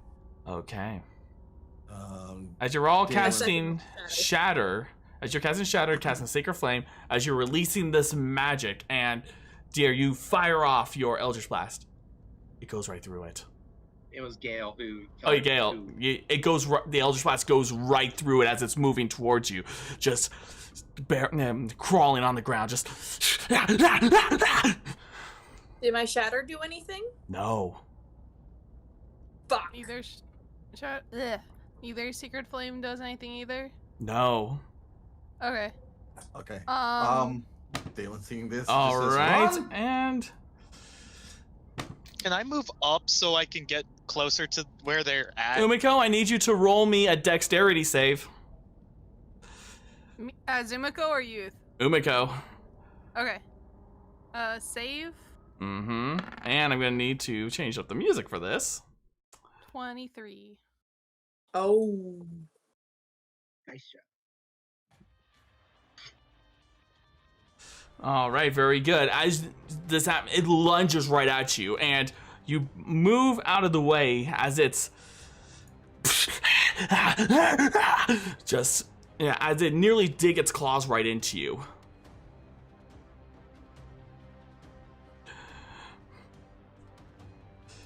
Now,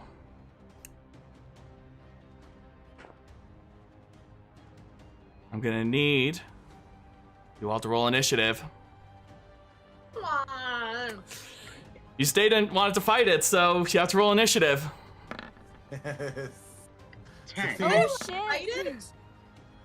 You stayed in one spot. You didn't. You decided that.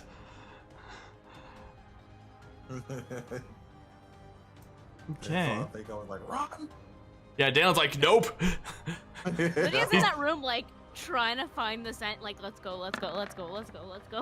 All right. Waiting a That's 7. Delan was ready to nope the fuck out. Yeah. Damn, do I need to roll initiative? If you're planning to get involved over there, then yes. No, I'll just roll initiative for giggles. Okay. In case I have to get involved. Okay, Umeko. 12. 23. Youth got 23. Umeko got 10. Okay.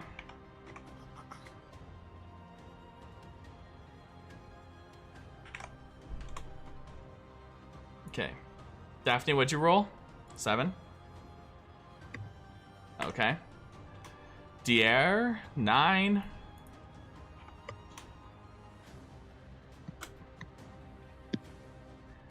And let's see, Lydia, 12. In case I have to get involved. 10.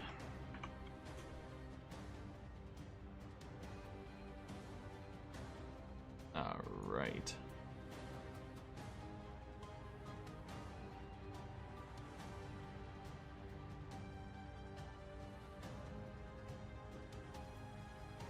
Alrighty. Youths first.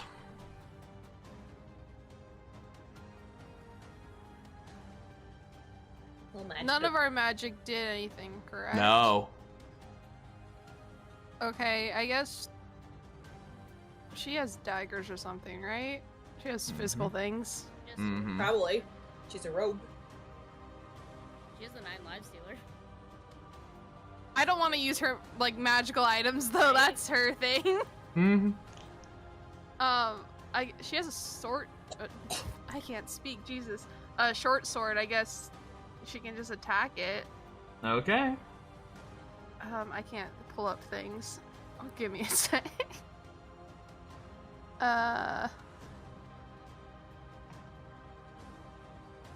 Short sword. That's what it is. So I like can't even like equip it on her sheet. No worries. So what are the things that the short sword uses? If she's proficient, isn't it just like a d20 plus your proficiency modifier and death? Yeah. I believe so. It is because it's a light weapon. Okay, so she gets 1d20 plus 10.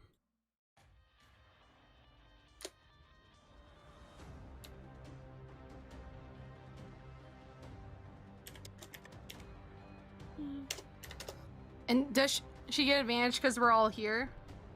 Yes, she does. Okay.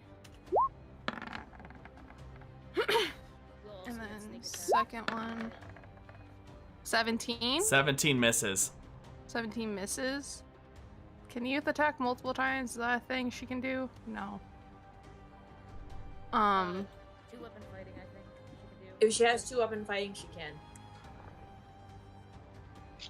I mean, I'll just use her cunning action to get her out of there. Alrighty. And where's she running to? I guess where the rest of the party is. Okay. So 30 feet in this direction. Okay. However far that is. Alright. So right in there? Yeah, I guess that's what she does. Okay. Now it is their turn. I need to roll to figure her out. Who's on her radar? Daphne is a fly on the wall. Unfortunately, she's focused on you, Daphne. I will. Okay, first attack.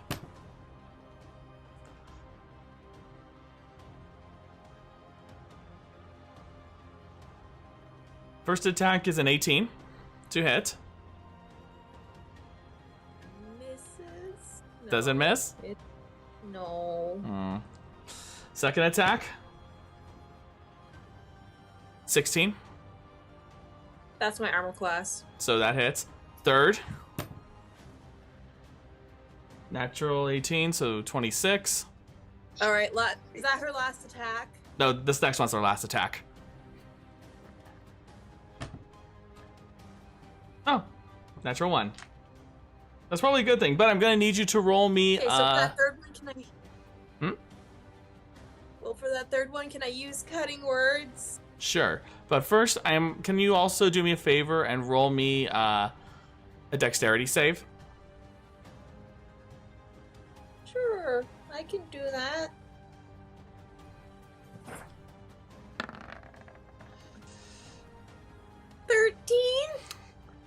As after the initial lunge, it looks to you, and then you suddenly find yourself, boom, on the ground as it starts clawing at you relentlessly. As it's shrieking. Okay, may I use cutting words on the third attack and just say, "Get off me, you stone cold bitch"? Okay, I'll keep that in mind. So the first one. So cutting words, that reduces the to hit? Or the damage? Words, if I use it for a skill check, let me just double check the wording of this.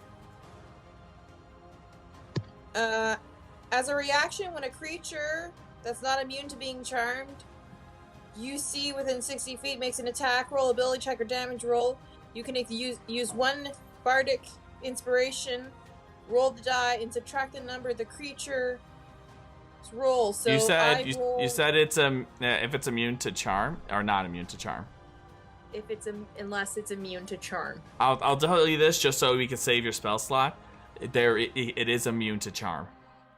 Never mind. Daphne will just take the damage like a woman. Okay. So that's going to be 12 points of slashing damage from the first one. Okay. 8 points of damage from the second one. Mm-hmm. And the third, 9 points of slashing damage. And you're considered grappled. Okay. All right. Lydia. Wait. I think it should be next. I have an initiative 16. Oh, I thought you said it was lower than. I thought it was a 9. You said okay. Oh yeah, it is a 16. My apologies. Yeah, Diar had the 9. Yeah. Okay. So Delan, what do you do? So Delan seeing this grudge lady attacking Lydia is Daphne. Daphne is going to move up, and he is going to start stabbing at her with his spear. Okay, go ahead and roll to hit. Okay. Please. Oh, that's like stab through her and stab Daphne. Daphne's already been hurt enough right now. Does he get advantage because we're there? I'll allow it. Okay, it is spear. Okay, the 16 hit. Does not hit. Okay, he's got extra attack, so he's gonna try that again. Okay.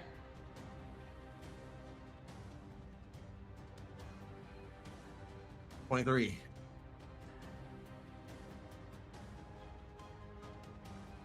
Just hits. What? Holy shit. Shit. Okay.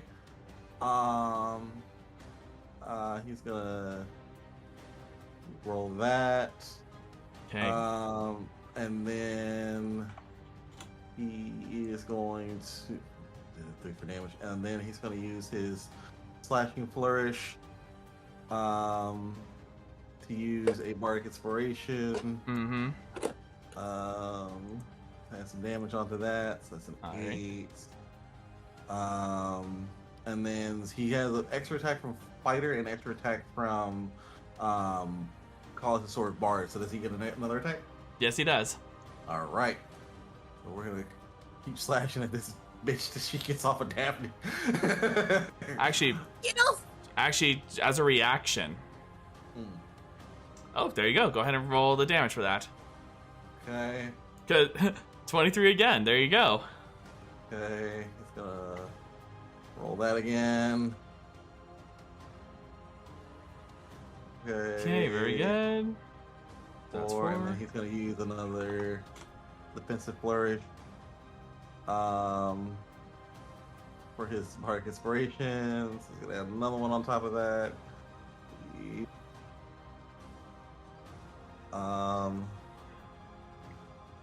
And then alrighty. For his let's see, what else did he do? Bonus action, he is going to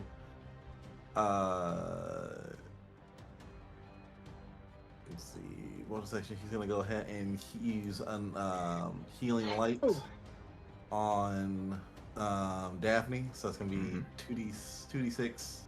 Okay, and also as a reaction, while you're doing this, go ahead and roll for the 2d6. She's going to jump away. You don't get an attack of opportunity, but Daphne, you are no longer grappled. Motherfucker. Just like, you just see this dead 1,000-mile stare, just eyes like bulging out. Just. And then Delan, seeing this chick just kind of like just reeling away from Daphne, he's gonna action surge, hold up his spear, and throw it at her, and just scream, "You're not getting away this time, you bitch!" Okay, go ahead and roll your attack. How much did I get back? 10. You got 10. 18 misses 18. as it goes flying into the hallway. Right. And then I think he can call it back since it's since he's an Eldritch Knight. But that's gonna end his turn. All right. Lydia, Badger Lydia, you see this happening. You see the grudge, basically the equivalent of the grudge, just start barreling in. Refresh my memory, DM. To interact with an object, is it a bonus action? It is an action. Okay. It depends on what you're doing with it, though. I wanted to light something on fire using the fire that's already existing in the braziers.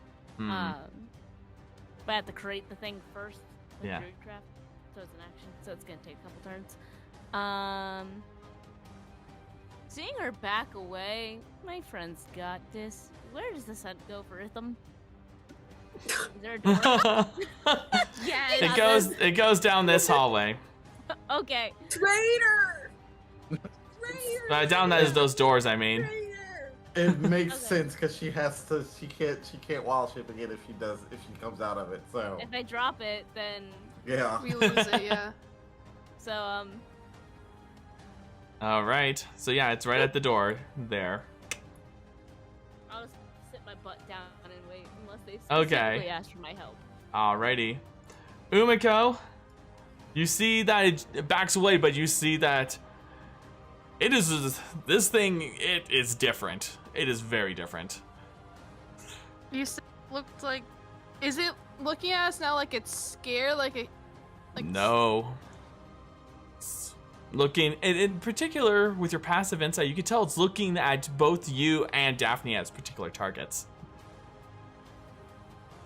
Dude. Oh, this is dumb, but God damn it. We like dumb. I don't think we do. Umeko's gonna go to the same spot as it. Okay. And holding her holy symbol, just in hope, she'll reach out to it and just say, "We're not here to hurt you. We're here to help and heal this place." So what are you doing? Are you channeling divinity, or what are you doing? No, she's just holding on the symbol, just like, "Please, God, be with me right now." Help you, the power. What's that, Umeko? If anything, I guess it's persuasion. Be like, "Hey, no, we're fine." Okay, go ahead and give me a persuasion check at disadvantage. Because you already attacked it. She didn't attack it. Well, we, as a group, collectively. Well, yeah, but Umeko hasn't. But yeah, persuasion at disadvantage. Yeah. Well, in fairness, Delan only attacked it because it was attacking Daphne. You can't claim self-defense. It's not gonna do shit. Got it. Okay. Just for.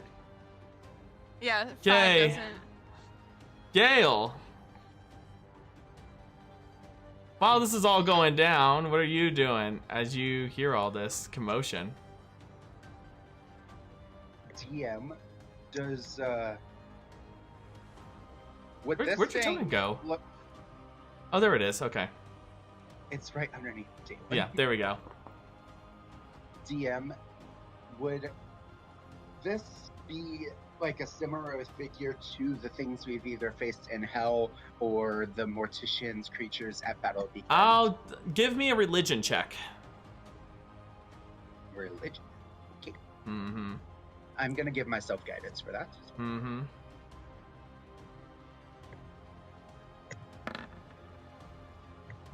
14, and my guidance. This will count as your action for this turn, by the way. If you use a guidance. I can still use my movement, though, right? Correct. It's just this would count as your action, because guidance takes an action. Okay.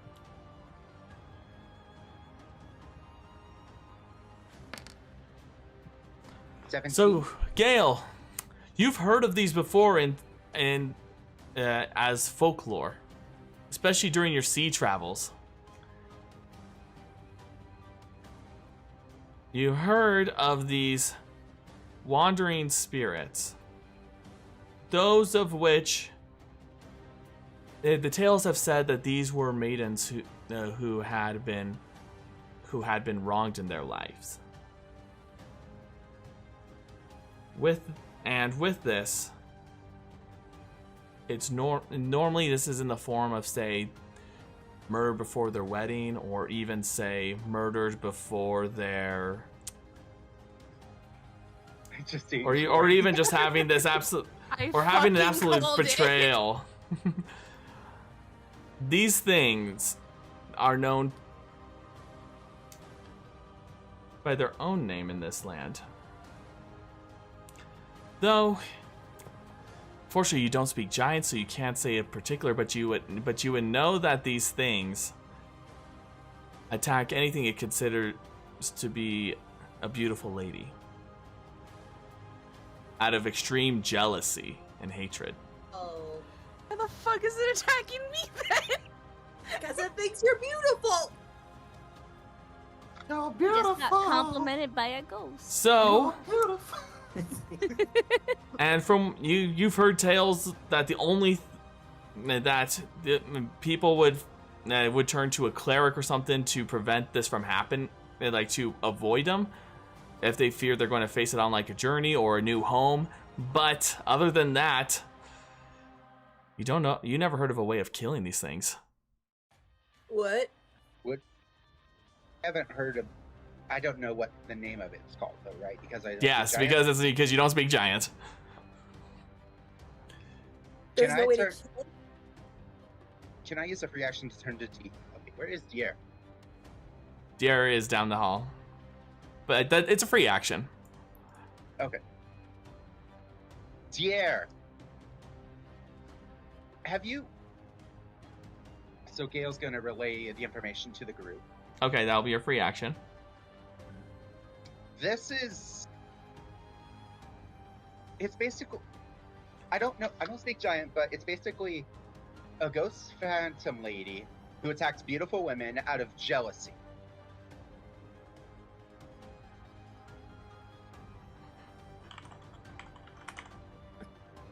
And there's no way to kill it.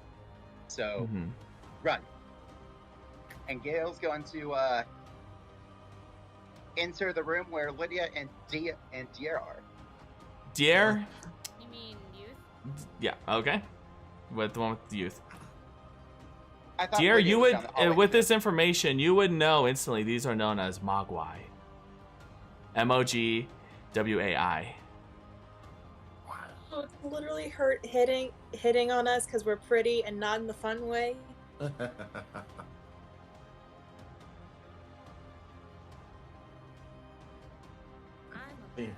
Hearing Delan, or hearing Gale they say to run, Delan's like, "Oh, now you listen to me." Shut up. All right. Now, Diar, it is your turn. All right.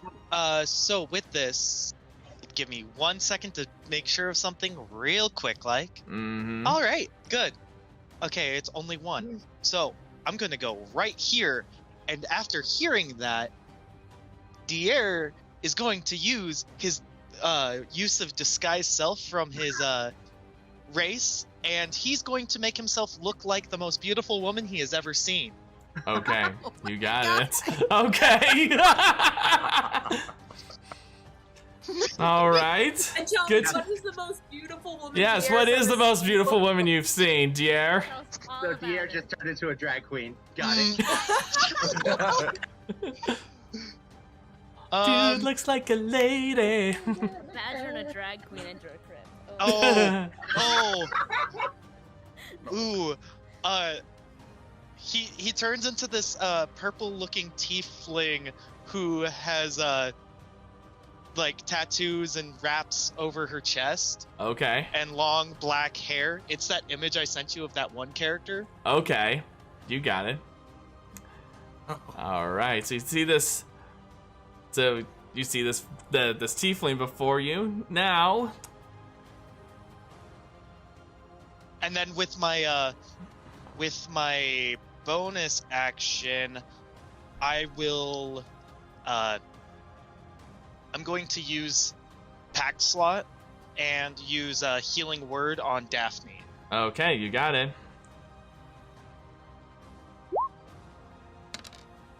And she heals 6 points. All right, very good. Okay. And his free action, he says, "Come at me, you crazy chick." Okay. Now, Daphne, it is your turn. Daphne, hearing how it's hitting her because it thinks she's beautiful, is equal parts happy but insulted. Mm-hmm. You're so beautiful, I must kill you! Basically. She looks at Gale. To clarify, there's no way to kill it? No. Fuck. Okay. What's your passive perception? It's high. It's really high. It is a 26. Okay. Damn. I'm sending you something. Oh. I get secrets. Don't you bark at me. I'm getting secrets. Shh. No one likes you. Because last time I thought you were 24 passive. Yeah, I got higher, I guess. Damn, son. Oh yeah, mine did too. Okay, never mind. Must have happened last level. There you go.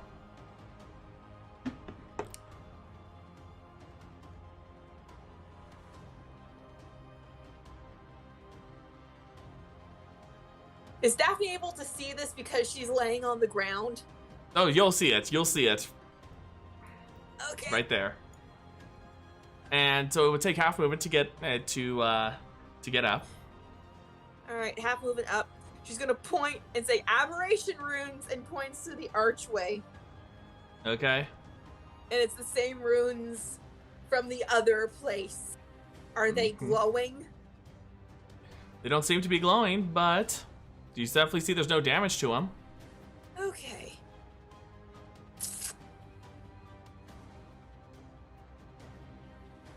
She's going to wait 1 second. Hearing the whole thing. Let me just double check if I have it. Mm-hmm. Stop, digger. No one asked you. Do I have that spell even? I do not have disguise self. Perfect.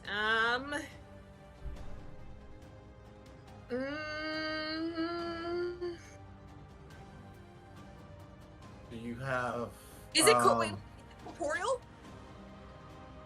Corporeal. Let me take a look real quick.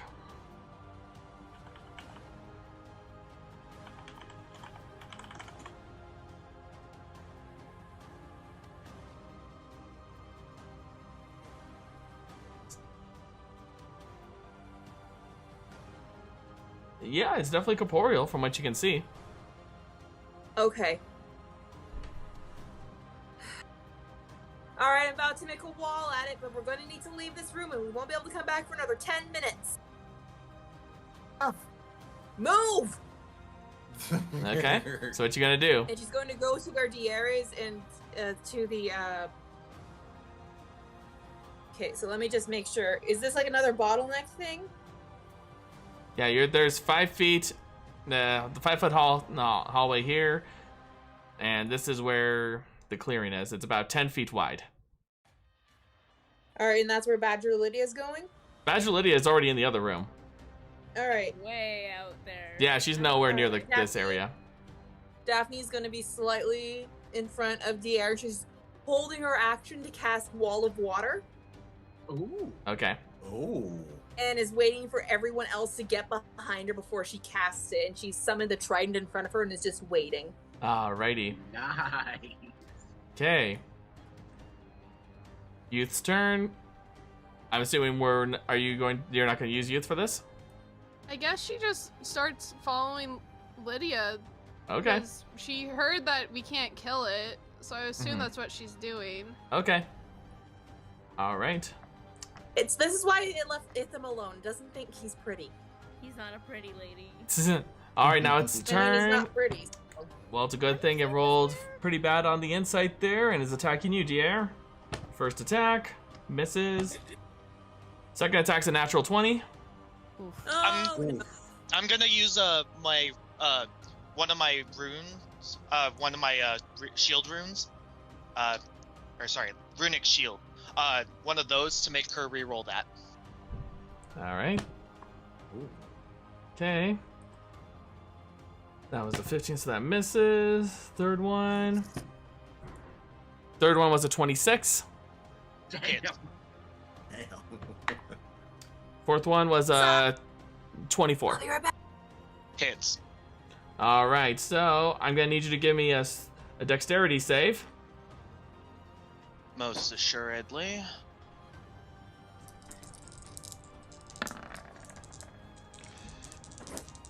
All right, 18. good. Just makes it, so you're not pinned. 17 from the first one.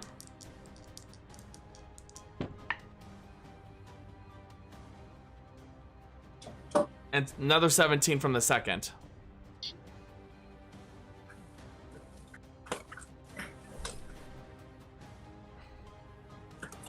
All right.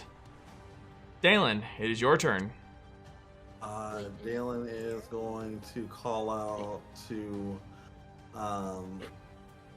Daphne and cast Healing Word at first level. Just crying out loving again. And then he is going to head off into the room over here since he knows Daphne's gonna cast Water Wall. And keep in mind you are blocking the way for everyone else. Oh, there you go. So he's gonna go. Say it's still there. Yeah, there you go. All right, and then that's gonna end his turn. Okay. And she gets back 5 healing. All right, Lydia's still squatting, waiting. Yep. Umeko, you're over here. What you gonna do?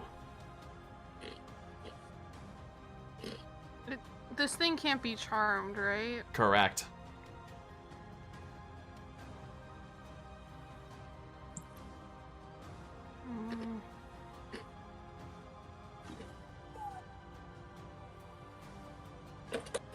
I guess she just, because I'm in the same space as her, so I guess she'll just say, I'm sorry and disengage and leave it. Okay. There's not much else she can do. All right, how far are you moving? My full movement, 45. Okay. Which I believe is... Yes, I can get all the way over here. Okay. Alrighty. Gale, are you staying in that room? Are you doing anything else? I'm going to follow Lydia. Alrighty. The second Diar. is Gale the last person? No, Diar's the last person. Diar is going to move to about here, and then he's gonna prepare his action just in case Daphne gets like right beside him and this thing tries to attack Daphne. All right, Diar's gonna and prepare to protect any of his allies. Daphne, you go ahead and use your reaction. All right, Daphne's gonna do almost like a baton twirl, grab the trident mid-spin and slam it on the ground. Okay. And cast Wall of Water. Alrighty. So go ahead and make a line for that. And just you're placing it right here?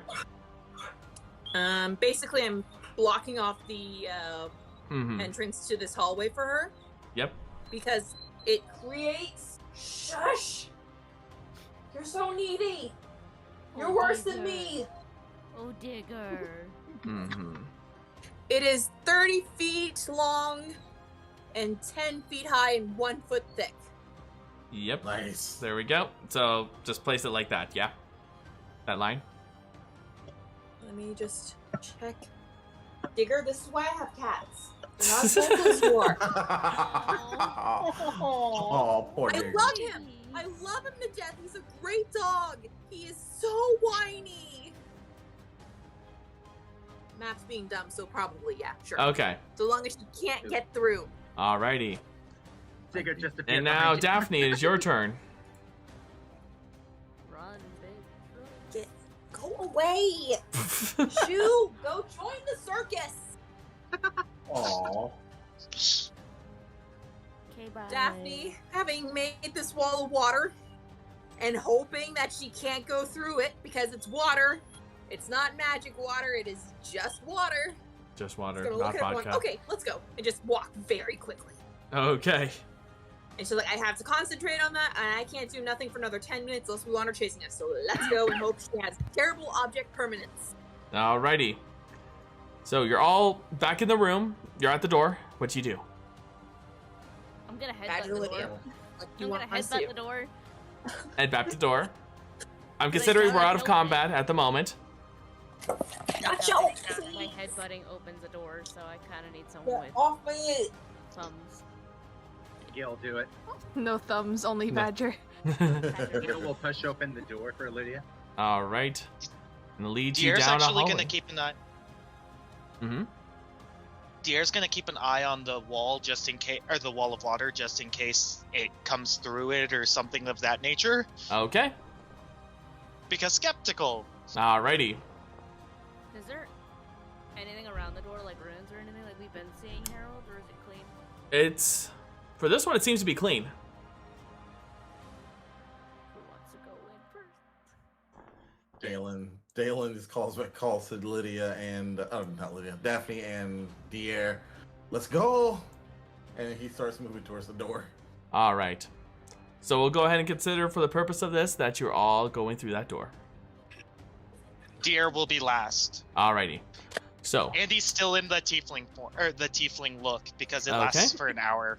Okay, fair enough. So, going to switch over the overlays. As you all make your way out of there, you are hurrying up, trying to catch a moment to breathe. Finding relief. Now, whatever the hell that thing was, seems to be blocked off. Daphne's looking down at her clothes and how they're all slashed, and she's just like, ah! Diar. What was... I heard about that thing. What's the actual name of it? Mogwai? Mm-hmm. That's the one. Mogwai. Delan, in our sea travels, have we ever heard of something called a Mogwai? Yeah, have we? You have, yeah. Really? Where I'm from, they're called jealous bitches. In some places, we used to call them sirens. So we pretty much battled the undead version of a siren. Basically, yes. He turns to Diar and just like notices that he is still in this tiefling form. Very nice. What did you find, huh?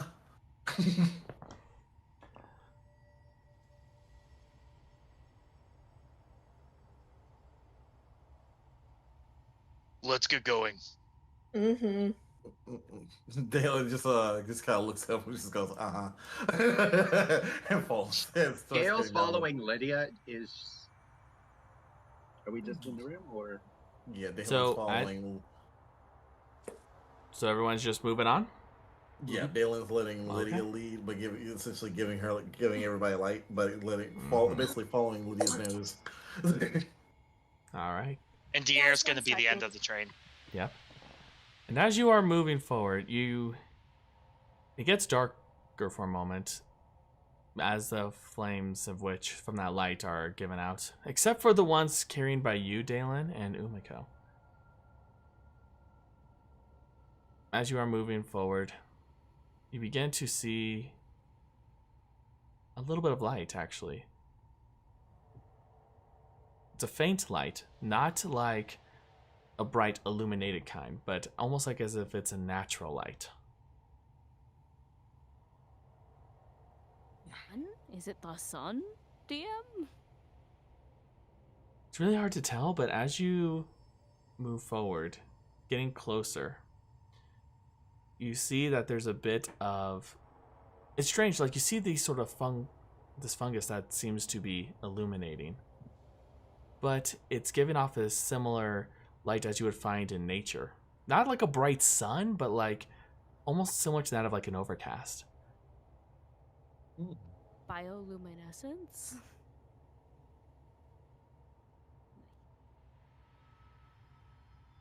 Have I seen like these plants before? Give me a nature check.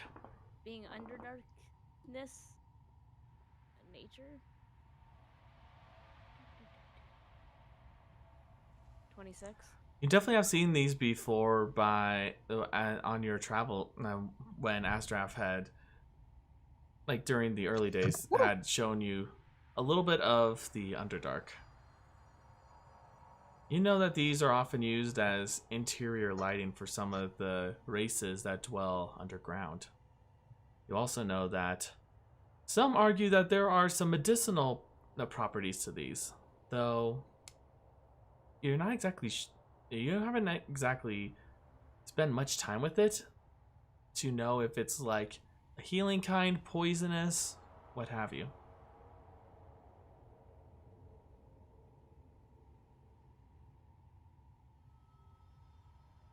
Very gently with my badger paws, can I like wiggle, like are they like mushrooms or are they? Yeah, the ones that you're looking at right now are the mushroom, like the mushroom shaped variety.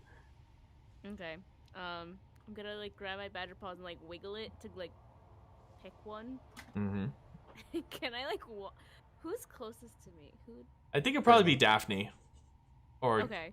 Because Daphne was keeping close to you for most of the journey. I'm just gonna like hold up the mushroom and like hit her bag just to get her to like put it away for me until later. I don't have my bag as a badger. That is true. You don't have your bag as a badger. Nope. So I'm just like Daphne, holding up a mushroom to Daphne and like nosing her bag. A glowing mushroom. Sorry. Dogs. It's okay. What is being held up to Daphne? Lydia, as a badger, is holding a bioluminescent mushroom up to Daphne and like nosing her bag. Daphne's just looking at her. Looks at the mushroom. Is this a druid thing? She wants you to take it. Might come handy later. Are you going to use it for drugs?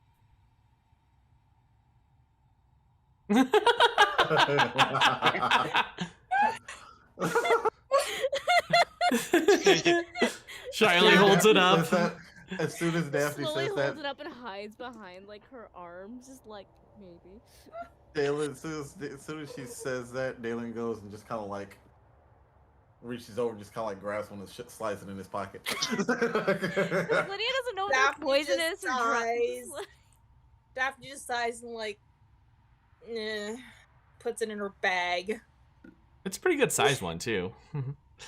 He hands one to Delan hands the one that he grabbed to Daphne.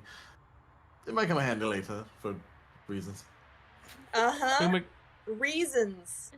I'm sure. Umeko. Like putting on some kind of food. As the rest of them are admiring the mushrooms, you notice that the area you're in is quite large. It almost looks that of some sort. It's like this large square almost like a arena or something. You're not exactly sure if it's that or if it's like a place for like a theater stage or something, but it is this large open area, almost like a town square. You just see all these various steps and like broken ruined structures. But you see that there is these sort of plant life growing as showing its age. Mostly of that of the fungal nature, but you do see other sort of like roots and vines that can normally handle this cold temperature, seeming to overtake this spot. So like we're at the very beginning of this room? Yeah, you're at the edge, yeah. Can she cautiously start going in further? Like seeing if she like hears anything else in here or anyone? Go ahead and give me a perception check.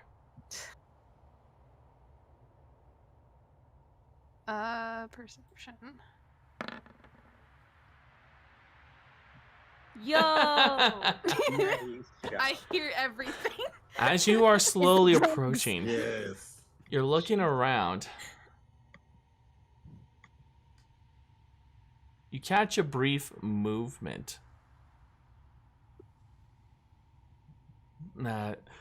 Seeming to be on the upper levels. But then you notice you see where it lands. It seems to be crouched low. You see the silhouette of it. But then you also notice another figure that seems to emerge on the other side. Son of a bitch. And you hear clapping. Oh, motherfucker. Please don't tell me. Well done. Well done. Is it who I think Who it is is? it? Who As are they? stepping out from the darkness of the shadows, you see the Conjurer. Called it. Oh! Oh, fuck. I must say, So wait, that's only one of them, right? Who's the other one? Who's the other person? the other one is crouched over still, like looking Okay, down at you all. Smell them? Can I smell them? Kind of hard to because it's such a large room, but. Yeah. Damn it. And you just see, as he's climbing, just slowly making his way down the steps. Daphne's Can I just gonna just step clap with like, him, be like, this is what we're doing now? Okay. I must Daphne's gonna admit. step- Sorry, go ahead, Daphne. Daphne's gonna step like slightly in front of Badger Lydia, not keep taking your eyes off of the Conjurer, and just say very soft to her, "Dear, if I think Badger Lydia is done now." I'm gonna stay a badger, but just like stick my head out between Daphne's legs and just walk. Lydia ain't Daphne here. has the It's most just a badger. Daphne has the most unimpressed look on her face as she looks down at the Badger, just like, really? Gale's going to Gale's going to go in front of Lydia and Daphne. I'll go in between Gale's legs. I'll just keep moving forward. Why are you here? Delan just uses his spear to like black badger Lydia. I'm not doing. I just want to see. Oh my god. Gale's gonna pick up Badger Lydia and put him on. As put her on his as head. this is all happening in front of the Conjurer, says, "Despite your presentations, you all never cease to amaze me. You had caused you've been quite a bit of a thorn in his side." What do we do him to misbehave? That I can By the tell. way, Delan. That's the Conjurer. Pleasure to make your acquaintance. Armed. But, well, as you can see, we're pretty much here for the same thing as you are. What might that be, laddie? Well, I guess you can say we wish to have a private audience. And what would you be needing a private audience with someone for? I assure you, I do not need to explain it to you. I know that you're not the village idiot. I know that. But I understand that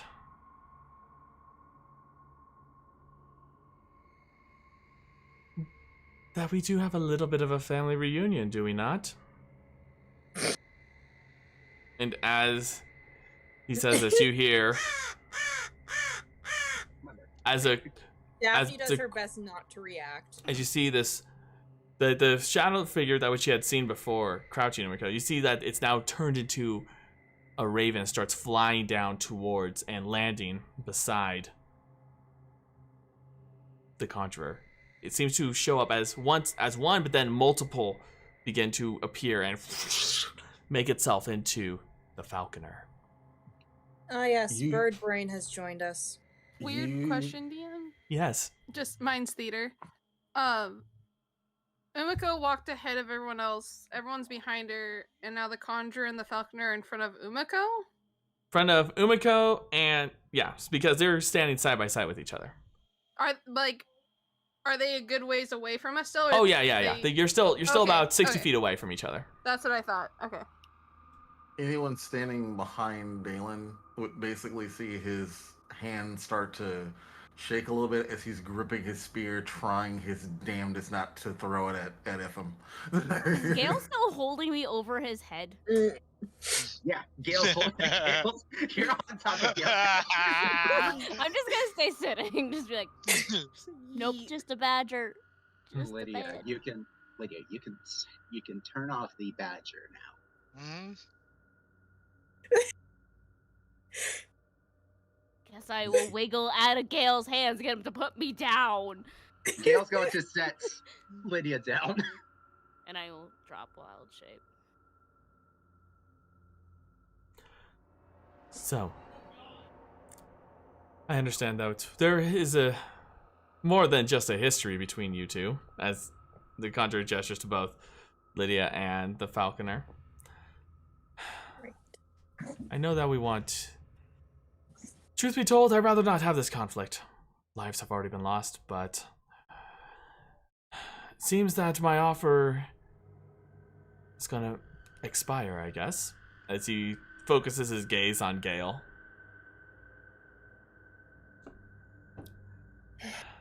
Alan just takes a step in front of Gale, basically just putting himself between Gale and the Conjurer. At this point, we're all just playing the game. I'm just locked eyed with Itham. That's it. I don't Mhm. care about the Conjurer. You don't think I'd be stupid enough to betray my family, betray Yvonne, and let your master take back control of Yvonne? You did consider it at one point. You caught me at the darkest moments, hours after Blackwolf's death. Even afterwards.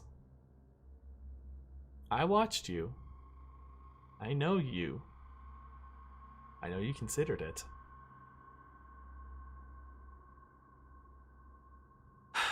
But the reason why I'm here is during this, I guess you can say, parley, I wish to make one last proposal.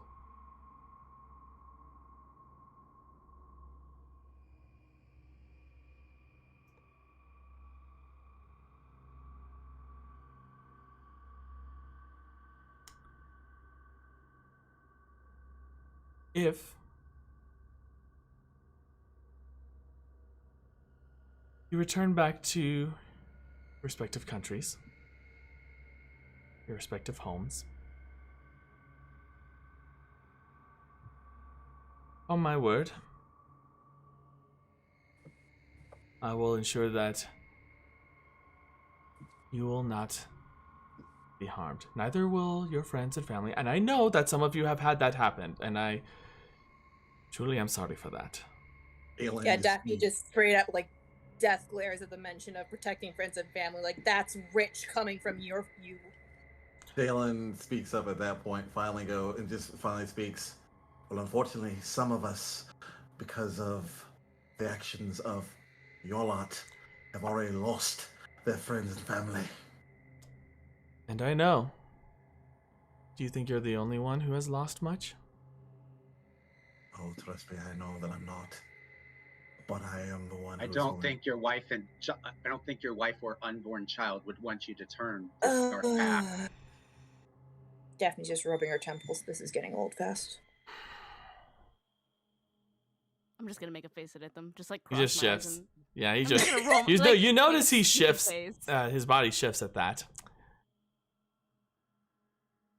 I'm sorry you lost them. They wouldn't want you to go down this path. I have no idea what you told me a little bit in that dream. I don't know the true full details of everything that happened.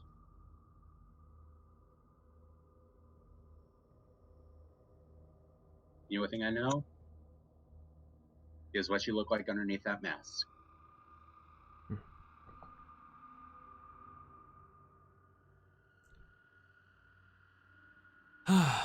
Well, think of it this way. We became what we were because of the consequences of those people, of those countries, of those who had wronged us in various ways.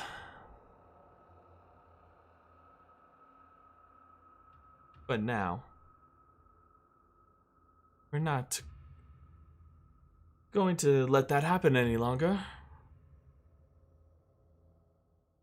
So we're taking matters into our own hands. Question for you. Yes, Diar. I've seen your hand up for a while. Diar actually walks beside Lydia and says, in Elvish. He knows Elvish, but okay. Everyone knows Elvish. Everyone knows Elvish! Yes, I but... don't. I know. Umeko's the only one, so you're only excluding her. No, I don't speak And Elvish. Delan. And I speak Delan. Sylvan. Anyways, yes. Are you gonna really do this to Lady Lydia, Lordism? Give me a persuasion check. Oh. Certainly. Can I Come put on. my hand on Diar's and give him guidance? Are you being subtle about it or no, Lydia? Yes. Okay, give me a sleight of hand check. Sleight of hand. 18. Okay. All right, I'm go just ahead and like roll. grabbing his hand. Yeah, go ahead and roll that guidance as well.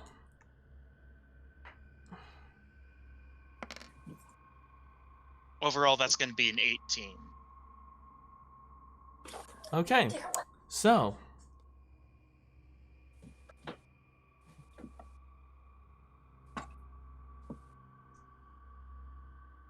Lydia, Daphne, since you are the ones with the passive perception that would catch this, unless anyone else has a 19 or higher. Oh, you catch this as well, Umeko. Umeko is observant. I'm also closer, if that helps. Yeah. So as this is happening,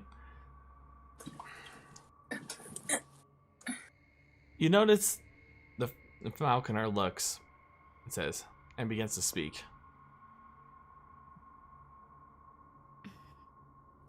I have no, and then as he's about, you notice that the conjurer's head turns and looks at him. Those of you with that 19 or higher, you see for a brief glint in his eye, in the mask, you see that there is this, what appears to be this slitted, the fiendish looking eye that glows a violet purple, like a royal it a purple. spell? Before it's gone. Was that a spell? No, it was. Give me an Arcana check. Because if it was a spell, here's Can the thing. I partake in this as well? The Arcana. Yes, those who saw it, you can roll an Arcana check. Because this is my boo. You gotta know Not shit. 20, not 20, 27. Nice. 19. 12. This is Okay. my booter. My booter. It seemed weird for a moment, Umeko, but you can't exactly tell what. Yeah. Not be sure what it was. Fucking magic Daphne, weirdness, from what the you fuck? could tell, it seemed to be that of a spell. But here's the weird thing for you: you noticed. You didn't see any signing. You didn't see even him speak. You didn't even hear him speak a word.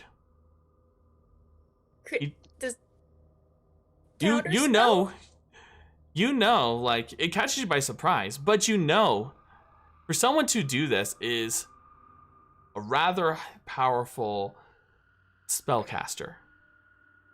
So It was So it was like no. it was within that second. So, but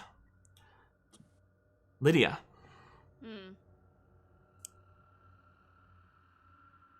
when you see this, you know you see the same thing as Daphne, but you also notice something different about this. As you notice that the Falconer instantly silence, it goes quiet. You can tell that whatever he did seemed to be some sort of spell or something that seemed to affect the Falconer.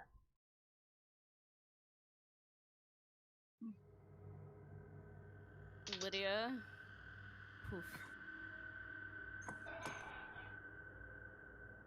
Okay. Subconsciously, Lydia is going to spin the signet ring, their father's ring that she keeps on her thumb, around so the stag head is facing out, and draw herself up to her full height. Not much, but she will. Your And whole 5 foot. my whole 5 feet. Mm-hmm. And just like look at the conjurer, like, let him speak. Tigger, shut up.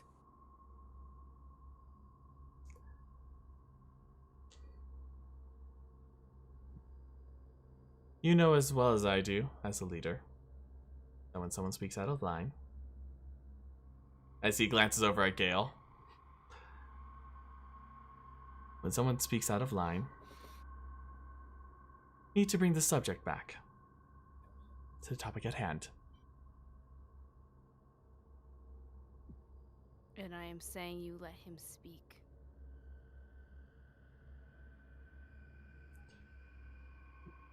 I will. After I get your answer.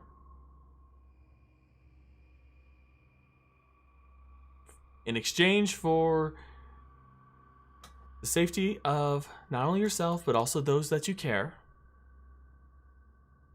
you return back and leave Epon. The only person I care about is standing right next to you. I doubt you're gonna let him go.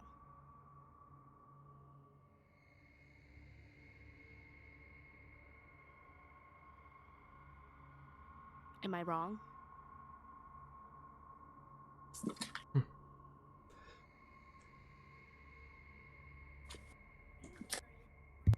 Depends, really. I'm not the one who holds the authority over him. It is the Emperor himself who holds the authority over everything. Is he here right now? The Emperor had provided me the honor of conducting this service for him, as he has a different job he has to take care of. And if we say no? Then this unfortunate conflict between us would continue. And truth be told, I understand the pain and loss that you all face, and I'd rather avoid that again, or cause it even further.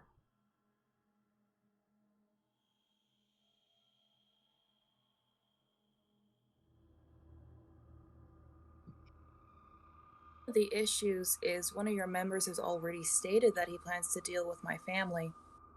After all, Knight of Dreams has made a promise to get rid of all the monarchy and the Confederacy. And do you think that I do not have the authority to keep him in line as well? No, I don't. Because then you'd be questioning his honor, and I don't think he would follow someone who won't let him follow through on his word. Sounds to me like your Otherwise, goals are a little bit conflicted. I see hands up. So I'm gonna hold my tongue for right now because I want to say something too. So. Otherwise, he wouldn't be the same person that helped create it. I'm just waiting for one of you to speak. Raising the hand. Go for it, Dusty. Your hand's been up longer. Why would your group? What did Hareg have to gain for joining you guys? I never got to ask him before I killed him. Why did he join you? What did he lose? Was it the mutiny? Or was it something else? The Arcanist had his own issues. He had lost much, even before the crew. What he wanted to restore.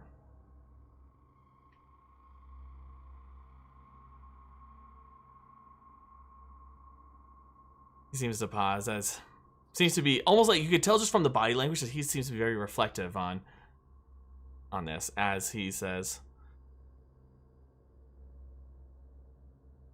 to return to the life that he once had. Where you see, Hareg was not for, as you know, as Hareg, or as we know as the Arcanist. He had a brilliant mind.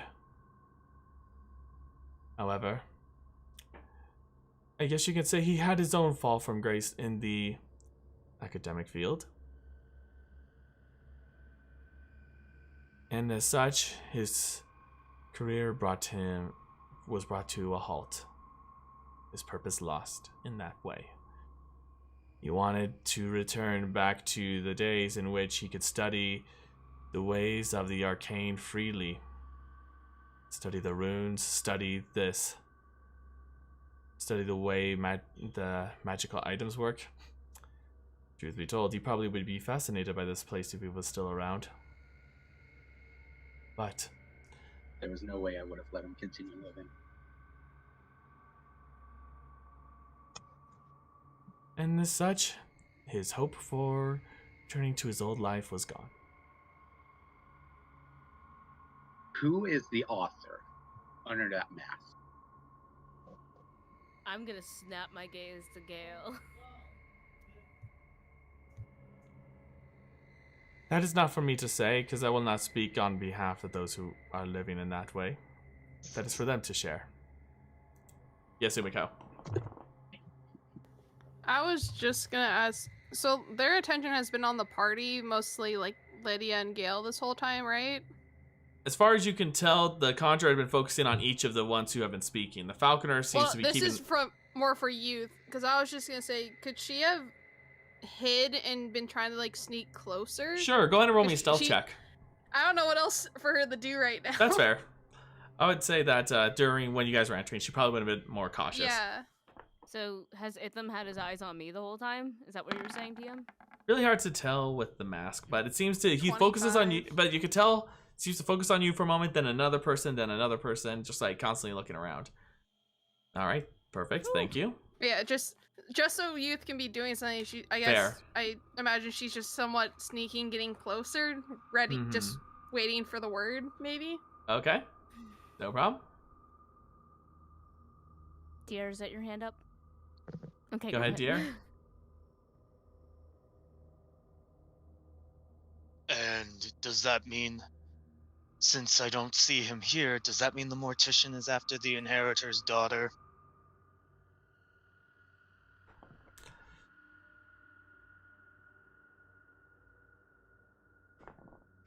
Not sure how you found that out, but yes, that is indeed the case. He's been quite occupied lately. Ever since he returned from Limbo. I hope he enjoyed his trip. It was definitely interesting tale to hear. No doubt. So we all just go home and don't get hurt anymore. I'm assuming you'd follow those same terms too? You all will just disband and go back to your homes and stop hurting other people? Unlike you, I follow the one who has the authority. Though of course I understand that might not be something you would know, since you are of royalty after all. I am the authority.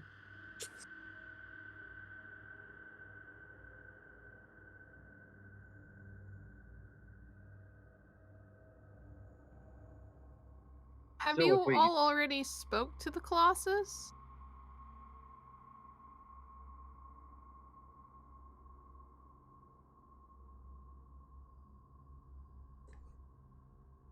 Unfortunately, that is not information I am going to share with you. Insight. Go ahead. Insight. Go ahead and insight check it. And so, I'm gonna insight check that, but I also have a passive of 20. Yeah. No, wrong character sheet. Insight 12. So yeah, I'm gonna go ahead and Why are you giving insight me that? So insight, come on. What did he give you? That is a 20. Blackberry ginger. On the die. Ooh. Okay, wait, one No, moment. sorry, 20 total. Sorry. Yeah, 19. 17. My passive is higher. Oh, I should insight check Itham. Shoot. Do you want to insight check Itham? Kinda. But you already rolled for this, so give me a moment. I know. I was like, damn it, I wanted to know what his reaction was to me saying I am the authority. Check your DMs, Dalan. You want to insight check him, but you are the authority? I am the authority. What up, brother?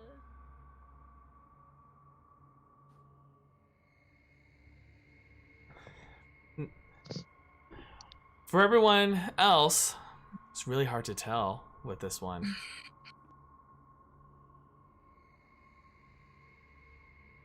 Dalan kind of cocks his head to the side just like a little bit and just kind of gives him like a little bit of like side eye and turns to Lydia. Seems to me he's being a little bit more cagey than he's letting on.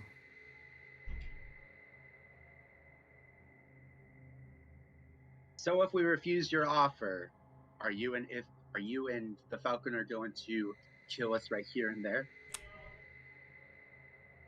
Is that why we're in this giant arena to do battle? We were talking about earlier. This was actually the place that was the gathering of those who followed the Great Colossus. A time in which the tribes were all just one. It was here that they would learn from him. But as time it changes people. This place, the crypt, had been deserted. But in regards to your answer, I unfortunately will have to do what needs to be done. And then as he says this, the Falcon, you notice the Falconer's head turn and looks towards the Conjurer for a moment, seeming to hold a gaze over there.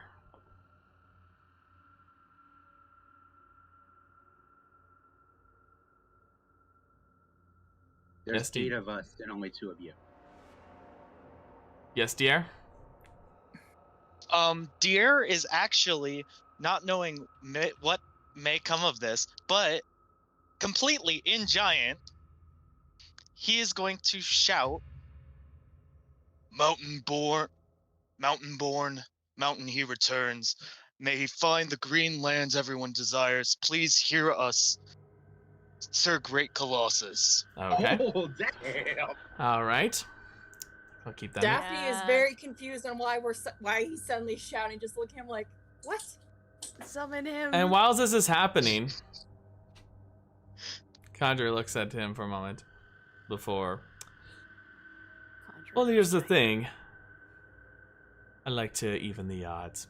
And he slams his staff into the ground.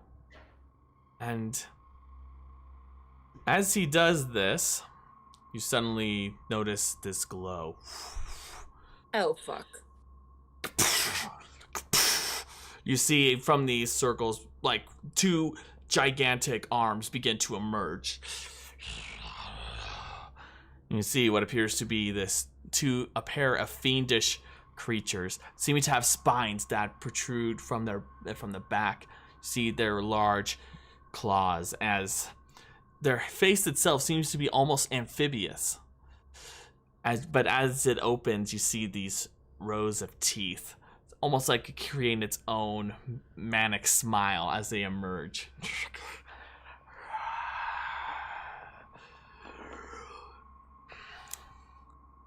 Now, I will ask one last time. Will you accept? Or will you decline?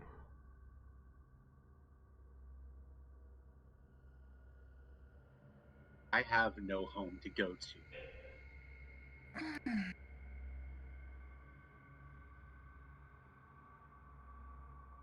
I have to respectfully decline your generous offer.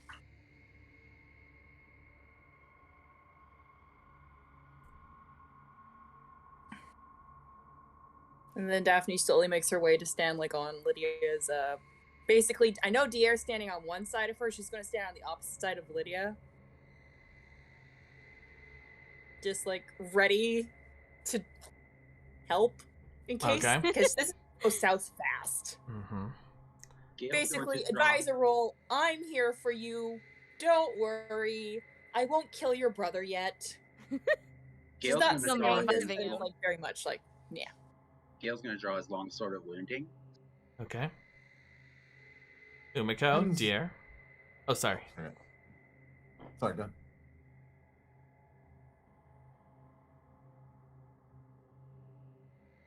No one's gonna speak. Then go ahead, Delan. Oh. Okay. So Delan just kind of gives him a little bit of side eye. Question.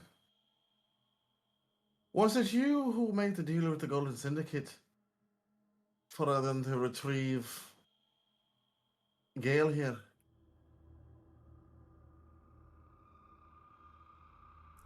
I have no business with such merchants. Are you still wanting me? I have what I need from you. I know who it was then. I'm gonna have to decline your offer. And then he just readies his spear again. Okay. Who's left? Who hasn't spoken? Umeko and Diar. Okay. I'll let them speak first. Umeko, you first. If you want to. Sure. No pressure. I guess she just kind of looks at them and just kind of sighs, be like, unfortunately, your offer doesn't apply to me. To achieve what you want, you have to go through my friends and family. So it's a hard no. All right. Diar. In Elvish, Diar says, I decline. I stand by the queen. Okay. Oh, shit! Very well. He just mutters very softly, long may she reign. Are you going to let your monsters do the bidding for you, or are you actually going to be a man and face I haven't given my answer, y'all. Go ahead, Lydia. Thanks. Go ahead, Lydia. Hearing all that malarkey on either side of me. Whew. Okay. My family stands before you and next to you. We have made this country our home. We're already here. We stay and fight. Okay. He looks each of you hear a faint sigh. So he shakes his head. I understand. Perhaps if things were different, we would be... Who knows, maybe we would even be companions who would break bread together. Kill them. And then as he says this, the Falconer is like, conjure away. And he says, I said, kill them. And you see his eye glow this royal purple. And as he does this, you just hear from the Falconer as he squeezes, grabs a hold of his head. Is the Falconer within 30 feet of Delan? No, he is 60 feet away. Wait. How I close use is the Falconer to me? One at a time. Talking stick time. One at a time. We need a talking stick. We do. How far is the Falconer? How far is the Conjurer from me? Since that obviously looks like a spell. 60 feet. But I'll tell you this. I was 60 feet. Oh yeah, Umeko is 60 feet. Yeah, you stepped to. You guys are farther. Yeah, they're farther. 100. All right. We've just been shouting across this place. We're slowly walking in, like. Daphne's gonna cast a 6th level counter spell when she sees I'll tell you this to save that spell, but it had already been casted beforehand. It was just waiting for the trigger. But I'll let you, because of what you are seeing, Daphne, and because of what you are, give me an Arcana check. Yes! Because I'm a know-it-all! Bards, man. Bards are awesome. They're my favorite class. 16? Should have inspired yourself. Shit. You have... Oh, can I inspire myself? Are they? Does it allow it or does it not? Let me take a look. I will inspire her. Okay. Rejected. I'll allow it this time. Go ahead. Okay, Delan, go ahead and take it from your slot. Okay, 1d8. Okay, roll an 8. That's a 4. That's a dirty 20. All right. You've seen this spell used before. Though for you have seen it mostly used by those using it to subjugate prisoners. You recognize this spell as one of... Let me see what school of magic this is.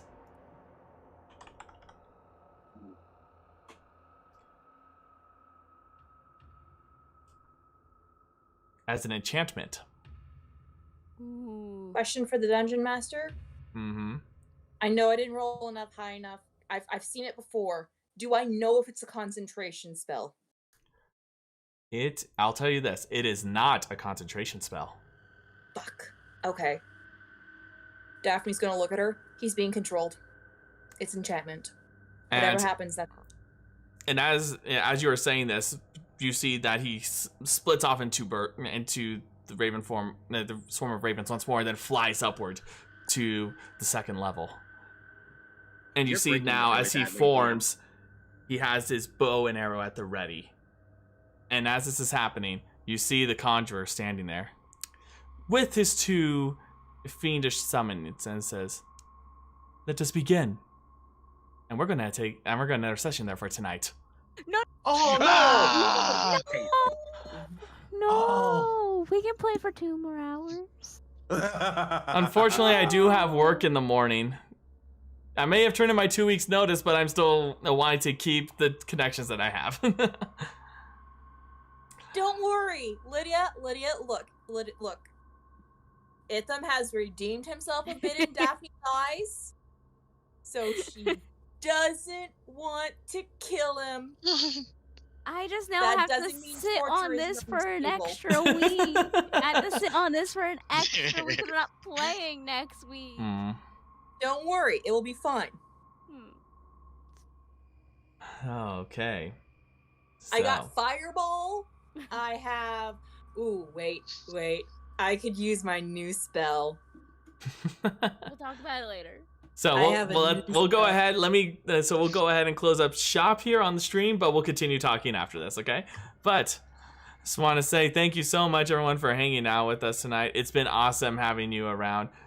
Please stay safe, stay healthy, and remember, we will be back not next week, but the week after with more Ichor in Honor. But on Thursday, we'll continue on with the Revived Pandemic. Have a good night, everyone. Good night. Good night.